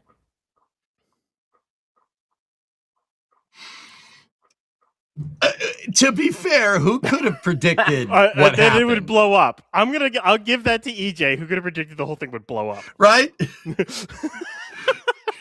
I mean, Come that's on. like Well, saying then- that's like saying next year Starship is going to launch 8 times, and then what happens if Pad 2 blows up? I mean, they'll have You also 39A, but would NASA allow them to launch if they blew up a full stack? You also said ULA will launch 7 to 10 times this year. Oof. So Maroon. Yeah. It's like. To be fair, did any one of us get the New Glenn prediction correct? I think To be everyone got the fair. New Glenn prediction wrong. Yeah, I'm No, pretty sure but- we all lost there. but Max and I did go, I think, for the lowest number. So anyway, Which they're still That taking was that fun. tower apart. I think the CC 8800 got laid down so they can lower the jib again. They can take bigger chunks out. But yeah, they got to dismantle that tower, then mod it, then rebuild it. As we'll see how long that rebuild takes, but I think it's going to take a bit. As long as It's it not. doesn't They're take not as long launching as by the the New end of York- this year. I can tell you that for a fact. hey, if it does, as long as it doesn't take as long as the New York Jets rebuild, we're okay. I mean, cell phones is all you got, dude. Sorry. There is nothing but cell phones as a Jets fan. It's fair. Yeah, that's fair. By the way, Methane Man saying, shoot, half of us old timers will forget by the time No. we get to it. So No, it's out on the internet, dude. The internet never It's out on the forgets. We're internet good. now. This is staying. can't this take is it staying back. this way. let me check my bank account for how much I'm gonna have to pay for. No, I'm kidding. Let me thank some people here, though. Speaking of, And hold on, real quick, sorry. Before you do that, for what it's worth, guys, I kind of agree with Ryan. I don't think they're launching again this year. They might get close, but I don't think so. Anyway, go. Yes. let's see here. John getting the patch from the shop saying, "Time to go, baby." Love it. Alejandro saying, "I guess I had to get myself a patch before they run out." We are already through more than half of our supply. Just saying, we're more than halfway through. I don't know what the most recent number is. Thomas, yay, another patch. And then we got Anonymous also coming in, grabbing a patch. Bideford with a $30 super saying, "I ended up having a work call until now, so I'll have to rewind you all. Thanks for holding a flame trench tonight anyway." Of course, it's a Friday. The Alejandro was. I don't know if that's our Alejandro. That was our Alejandro. That was. It was. He Oh sent it in yeah, the back there is channel. in the back channel. Oh no, I saw Alejandro. If it said Alejandro Cantaria Romero, because a reminder, if we are live and you get something from the shop, it says that you can leave a message and it pops up, and then yeah, you can put your name. And someone just put Alejandro. So. I mean, Alex, I don't know if you realize this, but Alex is a very common name in Spanish and English. Just putting it out there. You're not even the only Alejandro at NSF. So, and then Crafty Geek with a $10 tip at tips.nasaspaceflight.com saying, "How's the parade of tanker trucks looking so far? Or is boil off severe enough they'll want to restock the tank farm for a day or two?" They had a bunch go in shortly after the abort, and I think they're trickling in as the days go on. So they're basically going to try not to create a massive traffic jam and just try to keep it topped off over the next couple of days. You can see down there, there's 2 water trucks there that are getting ready to unload into the the retention pond. So basically what they do to fill up their water tanks right now is they just dump the water into the retention pond and then pump it from the pond into the tanks. That's kind of how they've been filling it up lately, rather than through a hose, so they can do multiple at one time. That'll all likely be topped off when it's time. And then one thing I do want to mention is the LN2 vaporizers over at Massey's are frosty, so Booster 21 is likely doing an ambient pressure test at this moment, which will probably be going through it most of the night. So tomorrow night would likely be our first cryo of that, and it'll likely stay over at Massey's until Booster 20 leaves the bay again, because that'd be a pain in the butt to bring it back, and then you got to use the bridge cranes, and it's just a pain. So my guess is that'll stay out there until Flight 13 is done, or at least until Booster 20 is back out at the pad. But it's nice to see the testing getting started. They always seem to do that like within 24 hours of getting it that out there, actually almost within 12 hours of getting it out there. So things are starting to go. It's all Starship, and hopefully we can Flight 13 maybe in like just under 72 hours. Yep. We'll see if they can get it Just back crossed out the there. mark. We just packed the 3-day mark. Exactly. Yeah. So hopefully this point on Monday, it will be in the air and not still on the ground. Although, again, they do have that wiggle room where they can hold, and there is technically a window of 90 minutes where they can actually go ahead. Once they start the fueling, though, then it's fully fueled plus 15 minutes-ish. So we'll see. Hopefully.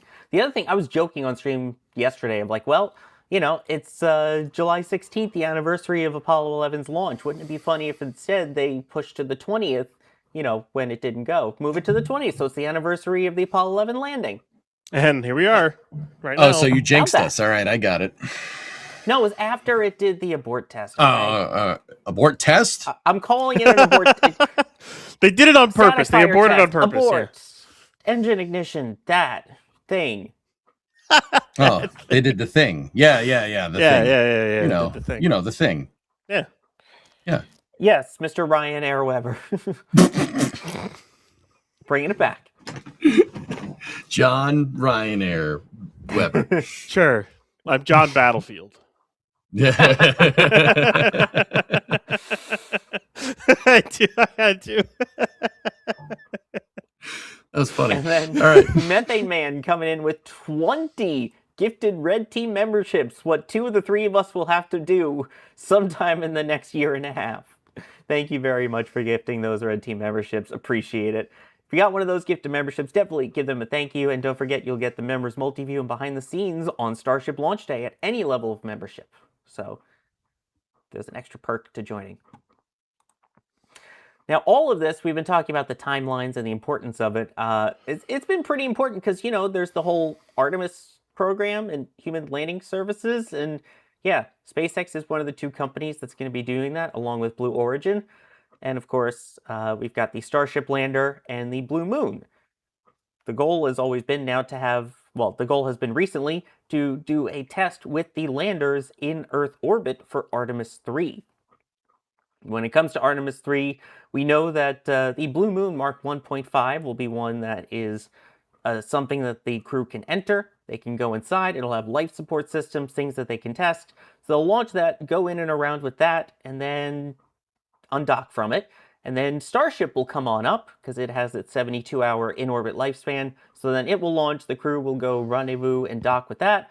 But they won't really be able to go into it because it's essentially one that's going to be pulled off the line, not with all the full life support systems and all the good stuff inside of it. But what we do know now is a little bit more information from renders that were just released the other day of what it will look like with Orion and Starship and Orion and Blue Moon Mark 1.5. Take a look at that. You probably saw it behind EJ because that was his background a bit, but... No. Yeah. Yeah, it was. Anyway, yeah, there it is. See? But yes. So from what we can see from these new renders, again, given that some of the Starship parts on it look more like older blocks, but still a docking port up at the nose, up at the front there of the Starship. It's a very interesting design. I don't know. because right now they have header tanks and other things that are used for, ballast as well as propellant to kind of keep it oriented for reentry and things like that. Does this seem a little weird to have it up at the front? It's odd because the reason for moving the headers to the nose cone to begin with was for weight and balance issues and center of gravity issues that they were having earlier on when they had the methane header right at the common dome for like the really early hop flights. And also if they take the headers out of this, is the docking port going to take up enough weight that it covers what? It's like 20 to 30 tons worth of material up in that nose cone if they take both headers out, unless they keep one in. But if you take the LOX header out, which would be right at the tip of the nose cone, well, you're not landing the ship. You're just going to re-enter and then slam into the ocean. There's going to be no landing burn on that because you're not going to have headers, unless you do one special modified nose cone and put the header in the payload bay, but that seems weird. Now, the other problem though is if you put the docking port on like the payload bay, you're not going to get the exact proximity ConOps testing that you would because HLS doesn't have the docking port there. So putting the docking port in the nose means you're going to get as realistic as possible without actually having an actual HLS to dock to. Because you're docking to the tip of the ship, not to the side of the ship, which is, that's a little bit different docking orientation, and you're looking at a different target at that point. So you kind of want to get to know what target you're looking at and where you're going to look at it when you go to do those testing ConOps. I don't know. Maybe they're just going to put a bunch of weights to compensate for the missing headers, plus the docking port, and then just launch a ship with a heat shield, re-enter it, which that becomes another problem because they've been using the headers to do the deorbit burn too. So unless you're going to keep something in the mains and you're going to do and you can get a good enough ullage burn out of it to do a deorbit burn, your ship is stuck. So there's a couple of different question marks alongside that. Also, I find it funny that the render is basically of a Block 3, but it's a Block 1 aft because it's got the little ring around the skirt of the engine section, which is kind of funny. But I don't know. Dan said it during it that they're going to have a docking port in the nose cone, in the tip of the nose. So it's just weird. It's just odd. I don't know if that's exactly what they're going to do or not. So there's a couple of question marks. Yeah, I think it's different if you're talking about what will eventually be the actual HLS. We're not obviously there yet. We haven't seen an actual vehicle of it. All we've seen is that one post from October of 2025 where they're like, hey, here's some renders that we have of what it's going to look like on the inside. Isn't that spacious? And the update that they posted on their website that it was linked to. So, yeah, I get that. But for something like this, where I guess they may not be planning then to bring it back, or at least have it come back in one piece, or can you move those header tanks? Again, as noted, crew isn't going to be going into it. And I think when it comes to the final product, they're going to kind of have it in the nose, especially if there was that discussion of, well, maybe that Starship can do the TLI burn instead of, Orion and an upper stage doing it. If that's the case, you don't want to dock Orion to the side or anything. It would have to dock to the nose there, to the tip. So I guess they're really trying to aim for realism on that. But what does that mean for this particular ship? What's going to happen to it in terms of getting it back down? I assume they will probably do a burn from the mains. It's about the only thing I can think of, and then just bring it down and slam it into the ocean. That's my guess is what will happen. Yeah, but something that's confusing me, Ryan, is that what in their renders it has a thermal protection system, right? I know. Am I looking at why? Why? If you're going to dispose that's what of I it, don't get. Like, right? if you're going to do this, just as much as I hate to say it, do a S-26, do a silver bullet. Don't put any flaps. Don't put any no flaps, no heat shield. Don't even put a PEZ in there. Why would you put a PEZ? Why would you even have a door? Just Right? do a silver bullet, say, kind of ship with a docking port in, and then compensate for the weight of the header tanks just for stability reasons. Send it into space, and then re-enter it and have it just burn up and slam, and whatever's left of it slams in. Like, why not just do that? Unless the only other thing I can think of is in this case they go ahead and do some weird heat shield experiments for fun, and they re-enter it and see what happens to the heat shield experiments that they do. That's about the only other thing I can think of. Well, why, like, do something crazy on re-entry. If you're not going to bring it back because it doesn't have headers, do something nuts on re-entry or something like that over your zone and get an exception for it, and maybe try to test something wonky. Or I don't know, but it's kind of odd. That's why I think it should just actually be an HLS ship. But they're doing this because, and I'll say this plainly, and basically SpaceX saying this is what they're doing is because HLS isn't ready. It's not ready. If HLS was ready, you'd be launching an actual HLS into low Earth orbit to dock with Orion. The fact that it's this ship, it means they don't have it ready. Well, and it's not close. Wasn't the original plan for them to have HLS ready in 2028? Like, it was ready. It's supposed to be ready for the first lunar landing. It's supposed to be ready for a uncrewed landing and then a landing. Yeah, they still have to do the demonstration of proving that it can land upright on the moon without crew first. But by 2028, though, guys, right? Like, yeah. So, like, where is it? Again. Yeah, no, I get what you're trying to say. Where is my HLS, Elon? Yeah, where is it? Where is it, buddy? Where has it gone? No, I get what you're saying, but I'm pointing out here that this mission wasn't in your concept of operations or like any of your, contract deliveries until March of this year. So, dude, I don't necessarily think that like they don't have any HLSs sitting around, right? Like, there's definitely probably one or two in the pipe, but the point is that this one was added, right? So, you're going to see them just grafting a docking port onto the front of a V3 Starship, right? Like, I don't think that's necessarily an indication that it's not ready, though. You know what I mean? Like, that it won't be ready on time. I think it will, but they do have a lot to deliver on. You're not wrong. If it's not ready, show us hardware. Or if it is, I meant to say, if it is ready, show us hardware.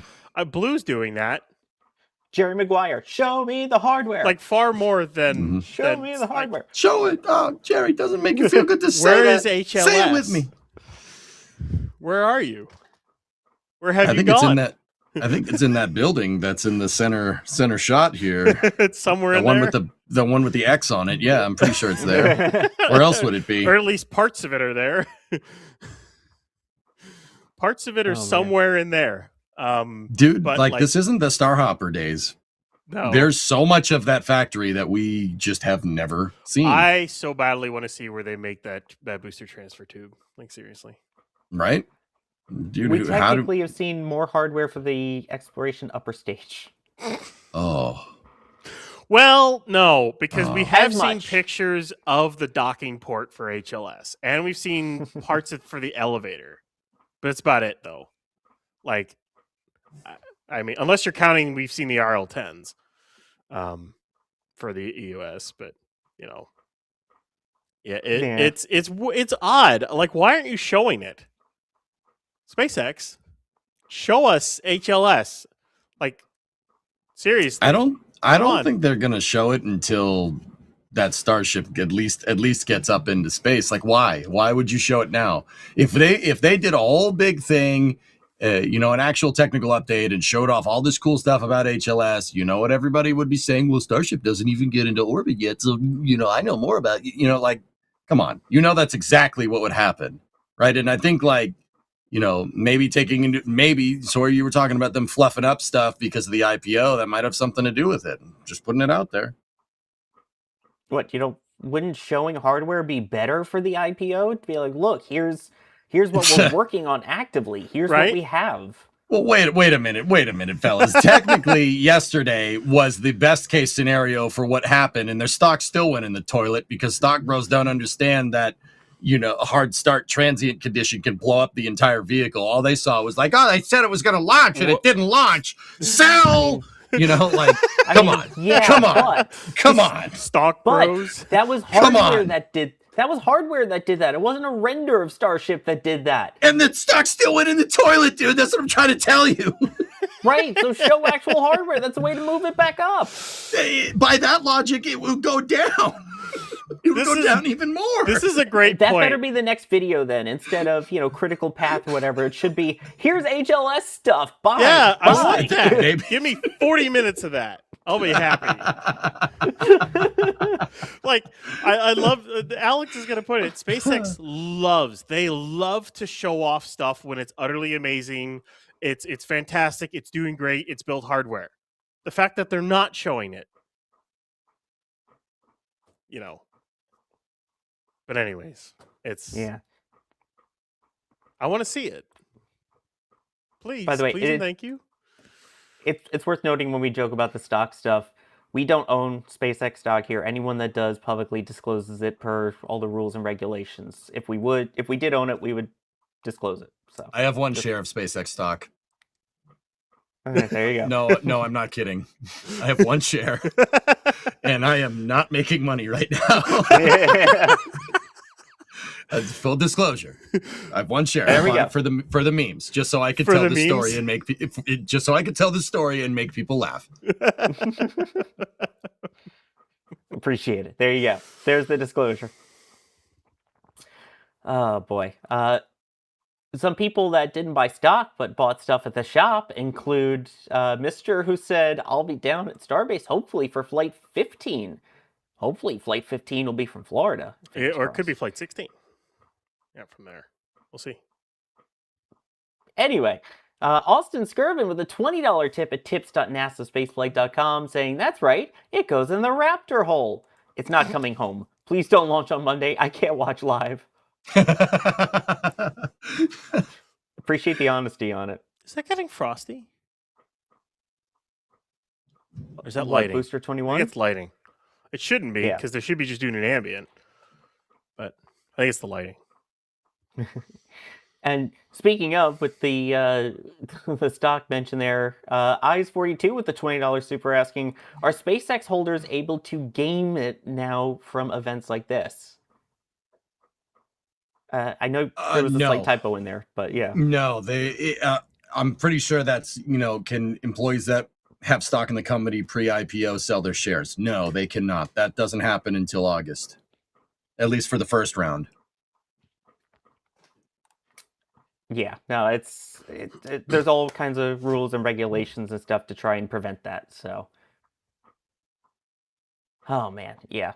Especially given all the other high priority contracts that SpaceX has, including their government contracts, like with Artemis. And speaking of Artemis, SpaceX taking advantage of one of their other contracts that they have in regards to laser communications. Phasers. Hey, remember the Plaser from Fram 2? Yeah? Yeah. They did, the crew was doing live video calls with their family and stuff, sending stuff back down to Earth. They did an actual test, and they were getting over 200 megabits a second from orbit with the onboard Starlink. And using the Plaser, which included laser communications. NASA's like, hey, we like that. We're glad you tested it on Fram 2. You know what? We're going to stick it on Orion for Artemis 3. NASA now announcing that there will be 2 of the Starlink laser optical communication devices on board. So Orion is getting Starlink. This will be able to allow them to do 4K video and image downloads and live streams and better ways to communicate with the ground, especially when they're either out of reach of TDRS or one of the ground stations, or just, a way to have extra connection and send back higher data rates. Because keep in mind, this one's staying in Earth orbit. Oh, Artemis 2 did use the optical communications link from the moon, and it worked pretty well. But you're in Earth orbit. You got a bunch of Starlink satellites. SpaceX has proven, hey, we can live stream re-entry entirely using Starlink satellites. We can do the whole mission using Starlink satellites. Why not do it with Orion? right? Why not? And why not keep it on Orion for future missions? Because you're going to be in low Earth orbit at times for other missions as well. Why not keep it installed on Orion? And also, when SpaceX eventually puts Starlinks around the moon, because they're going to be putting Starlinks around the moon, then then Orion can connect through that as well, which will then possibly connect through laser comms back to Earth or whatever. So, like your communications for space is going to be tight beam lasers. In the future, that's basically what it's going to be. That's as fast as you can do, unless we discover subspace, and we can do FTL communications or like QECs. Unless that becomes a thing, we're stuck with lasers. So Stuck with. Oh no, we only have to play with lasers. no, we only have to. We're I should say this: we're stuck with the speed of light constraint until we find a way to go past that, if that's even possible. So I'll say it that way. Yeah, the freaking lasers. I just keep thinking of Austin Powers for some reason every time we talk about lasers. the lasers. Yeah. Sawyer, stop Yes. touching the placer. The laser beam, yes. Stop touching the placer. But yeah, I guess, does this mean that it's time to already start getting Starlink satellites around the moon? First, they need to get V3 sats in Leo. Mm-hmm. Then they can do it there. Yeah, that'll happen by the end of the summer.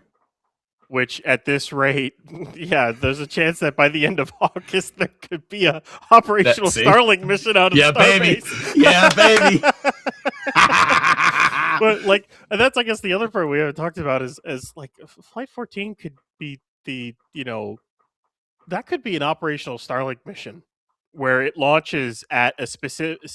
And again, I think Alex made this joke up. I think we did it during the CTL. It's like, we could have a 4-hour window with sub windows for a Starship launch throughout a day, and it'd likely have to be daytime. I think it's like it'd be 7 a.m. to 10 p.m. if they want to catch the booster.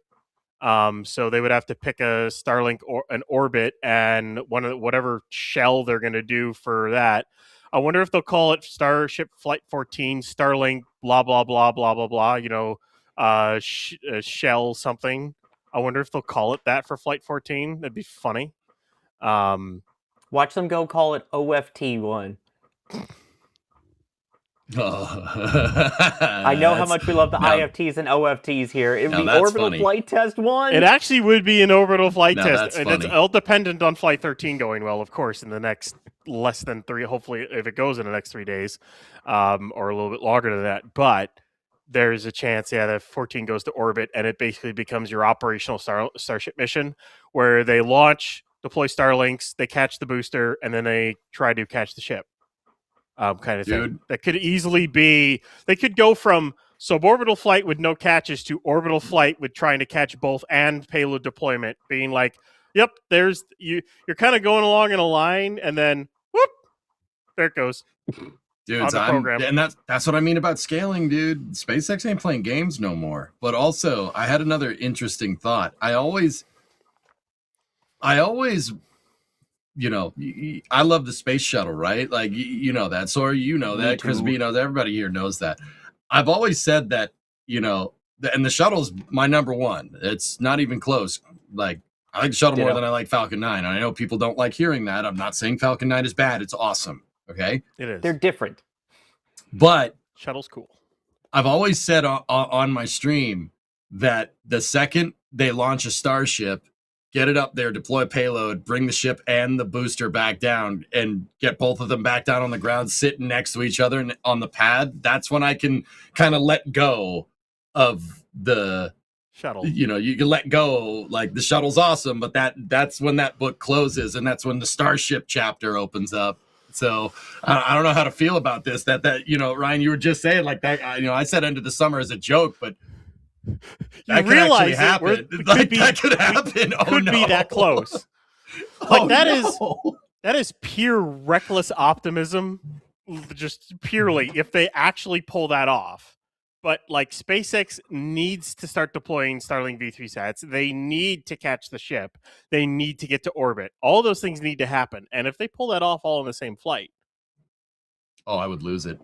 That would be amazing, dude. That would be one of the greatest launches to cover again. Like just talk about what happened if it happens like that. And I'm just thinking about writing the recap article of that flight. Be like, okay, so everything happened. Like, yeah, how many? all these milestones happened for Starship. It's like, yep. How many words? Yes. Yeah. But yeah. I mean, that would be unbelievable. And to happen the same summer that marks 15 years since the end of the shuttle program. Because if you watched the last episode, we talked about 15 years since STS-135. I mean, talk about a crowning achievement. That's one of those where I'm with you, EJ. I don't know if it would still surpass the shuttle yet. I'm sure with more proven reuse and reliability over time, it will. But I mean, that's the point where you go, okay, there's competition here. This is what shuttle, again, we've talked about this, EJ. This is what shuttle should have been. Completely and fully reusable system that is rapidly turnaroundable or whatever.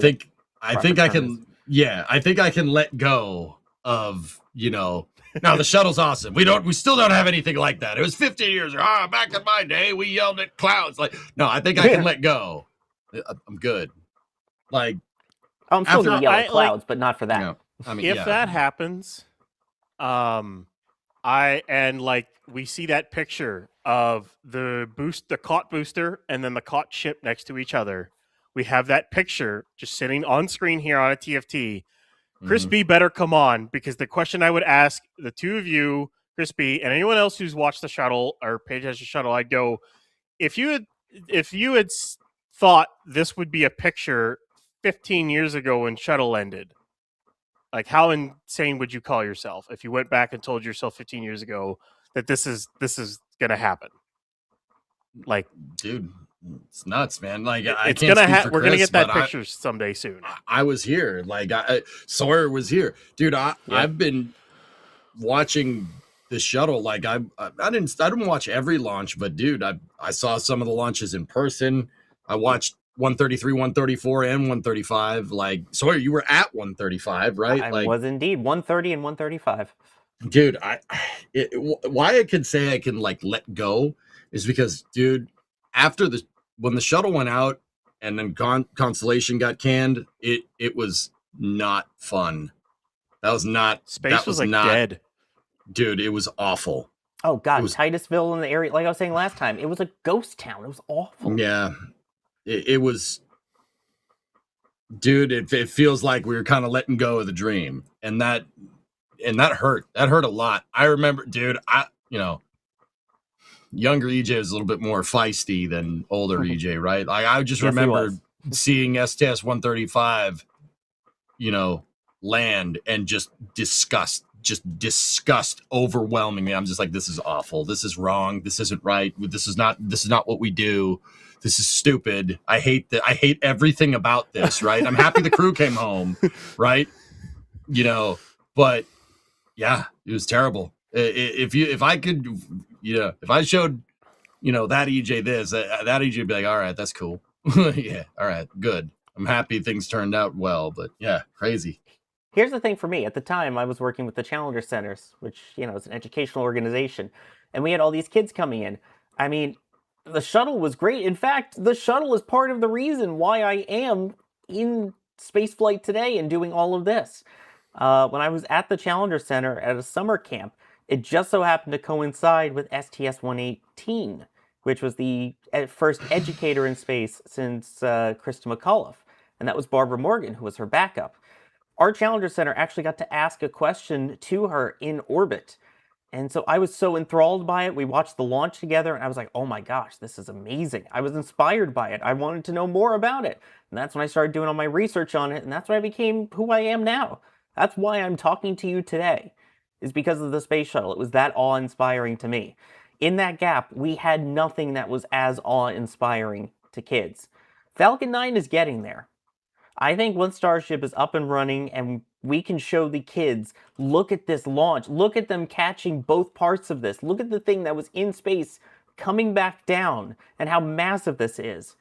I hope we see another me watching. I hope there's another me out there somewhere when Starship does that watching and we can go, hey, this is amazing. I'm interested in it.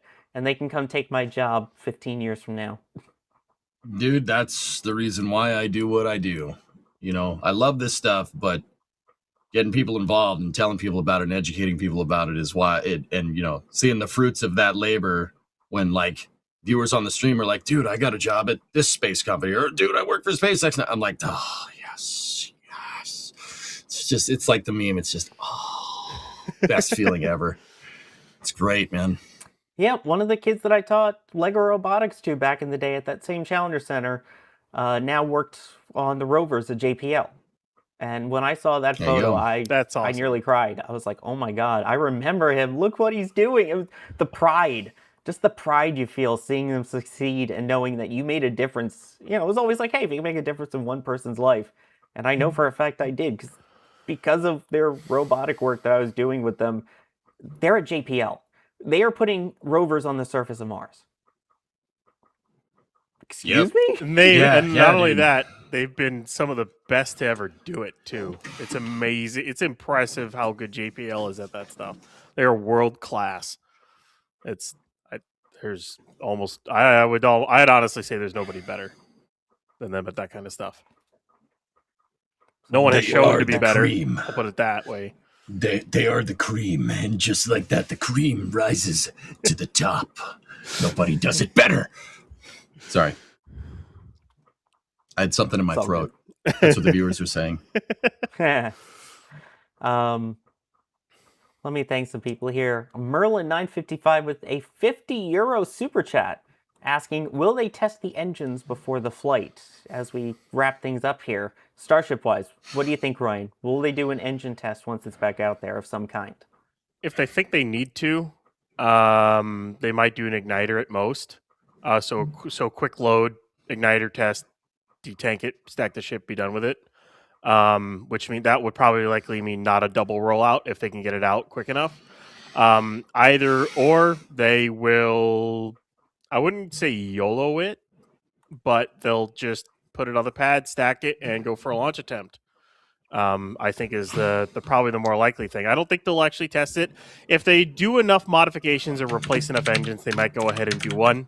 I don't think they would do a static fire. I think they would at most do an igniter or a spin prime, and then leave it at that. I think that's at most what they would do. I mean, yeah, I don't think we're seeing a full static fire type deal or even a wet dress rehearsal. Maybe a little bit of a spin prime test, if anything. But I think at that point, like we talked about the last time, you know, we were talking about this the other day on one of the countdown to launches. If you don't launch, you get a free wet dress rehearsal anyway. So might as well do the wet dress rehearsal. And then if something happens, then you don't go. If something doesn't happen, then hey, you can hit the little launch button and go, and then you have a flight. So just throwing that out there as another possibility. I think their launch attempt is going to be the next wet dress rehearsal if they need one. And then Patrick coming in here, getting the TPS Sun shirt. Oh, the new lighter weight UPF 50 ones. Good call. Saying next week's Starship landing should be at EAA Air Venture. Oh, Oshkosh. You guys should get up here and have a good time with wings. I do want to go to Oshkosh one of these days. Yeah, me too. Yeah, same. I haven't been. We need an NSF fly-in. NSF fly-in when? Yeah, It's a good idea. We'll have to find a way. Also, the keyboard tapping was me, guys. I have blue caps on my keyboard, and I'm not apologizing. Sorry, I think I'm a red cap guy, so. Oh, that's good too. Yeah, you I still have hear it reds. if I don't mute. Oh, my And then keyboard break- sounds like a typewriter. Like, I'm sure you guys know now. As long as I've known you, you've had a clacky keyboard. I've had the same keyboard the entire time. It's a DOS keyboard professional. It's based off of the Model M. If you know, you know. That would be why. Okay, that explains it for all those years. And then Brady coming in saying, thank you guys for all you do. Also, please make the TPS tie. I will buy it. Okay, Lindsay, there you go. Lindsay literally put in a prototype yesterday while we were on the stream as she was looking into it, and it would look amazing. So, trust me, it is being looked into. But yes, also being looked into in just a little bit will be This Week in Spaceflight, which I know the team has been working hard on that. That will be coming out soon to keep you up to date on everything else, including Starship, but besides Starship, that's been going on in spaceflight, because there is a lot. And as you can see up in the corner there, what do we have? 71.5-ish hours to go till the opening of that window. So stay tuned. We have a lot coming up here on NSF this weekend. We have some of the highlights from it and all the rollbacks and everything with our daily, as we call them, happening. We have Starship updates set to come out, I believe, Sunday this week. And then Monday, we have our stakeout stream and the launch stream. You'll hopefully join us for all those. But thank you to the people who joined me here today. EJ, thank you for joining me for the Flame Trench. EJ and his keyboards.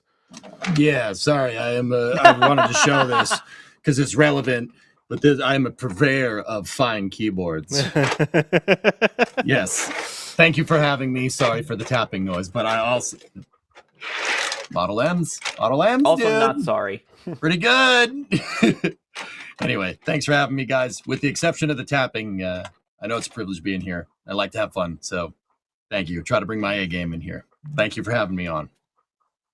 Absolutely. Thank you, Ryan Weber, as well, for joining. It's a pleasure as always. I guess I'll probably see everyone again when we do stakeout stream, launch stream. The next attempt is finally when I'm not working, so that's awesome. So thanks SpaceX at least on that one. So that's kind of a plus on my end. But either way, we're ending a little early today because I got to get to work and I kind of want some food. You know, be nice to eat some food before I work. But anyways, You're not allowed to eat? I'm not allowed to eat. I don't know. Oh, but either way, the pleasure as always, and I guess I'll see you all guys next time.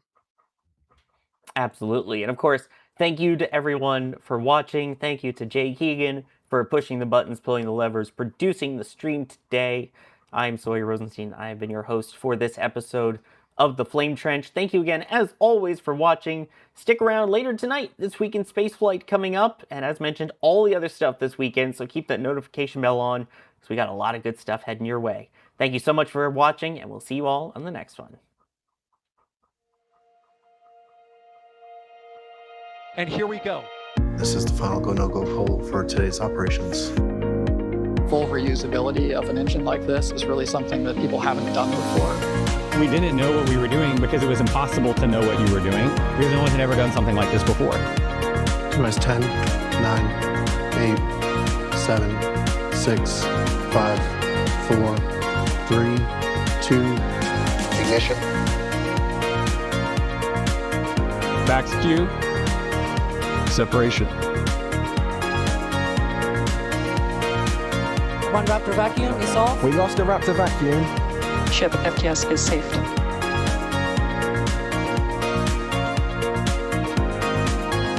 Starship is turning for final approach to landing site.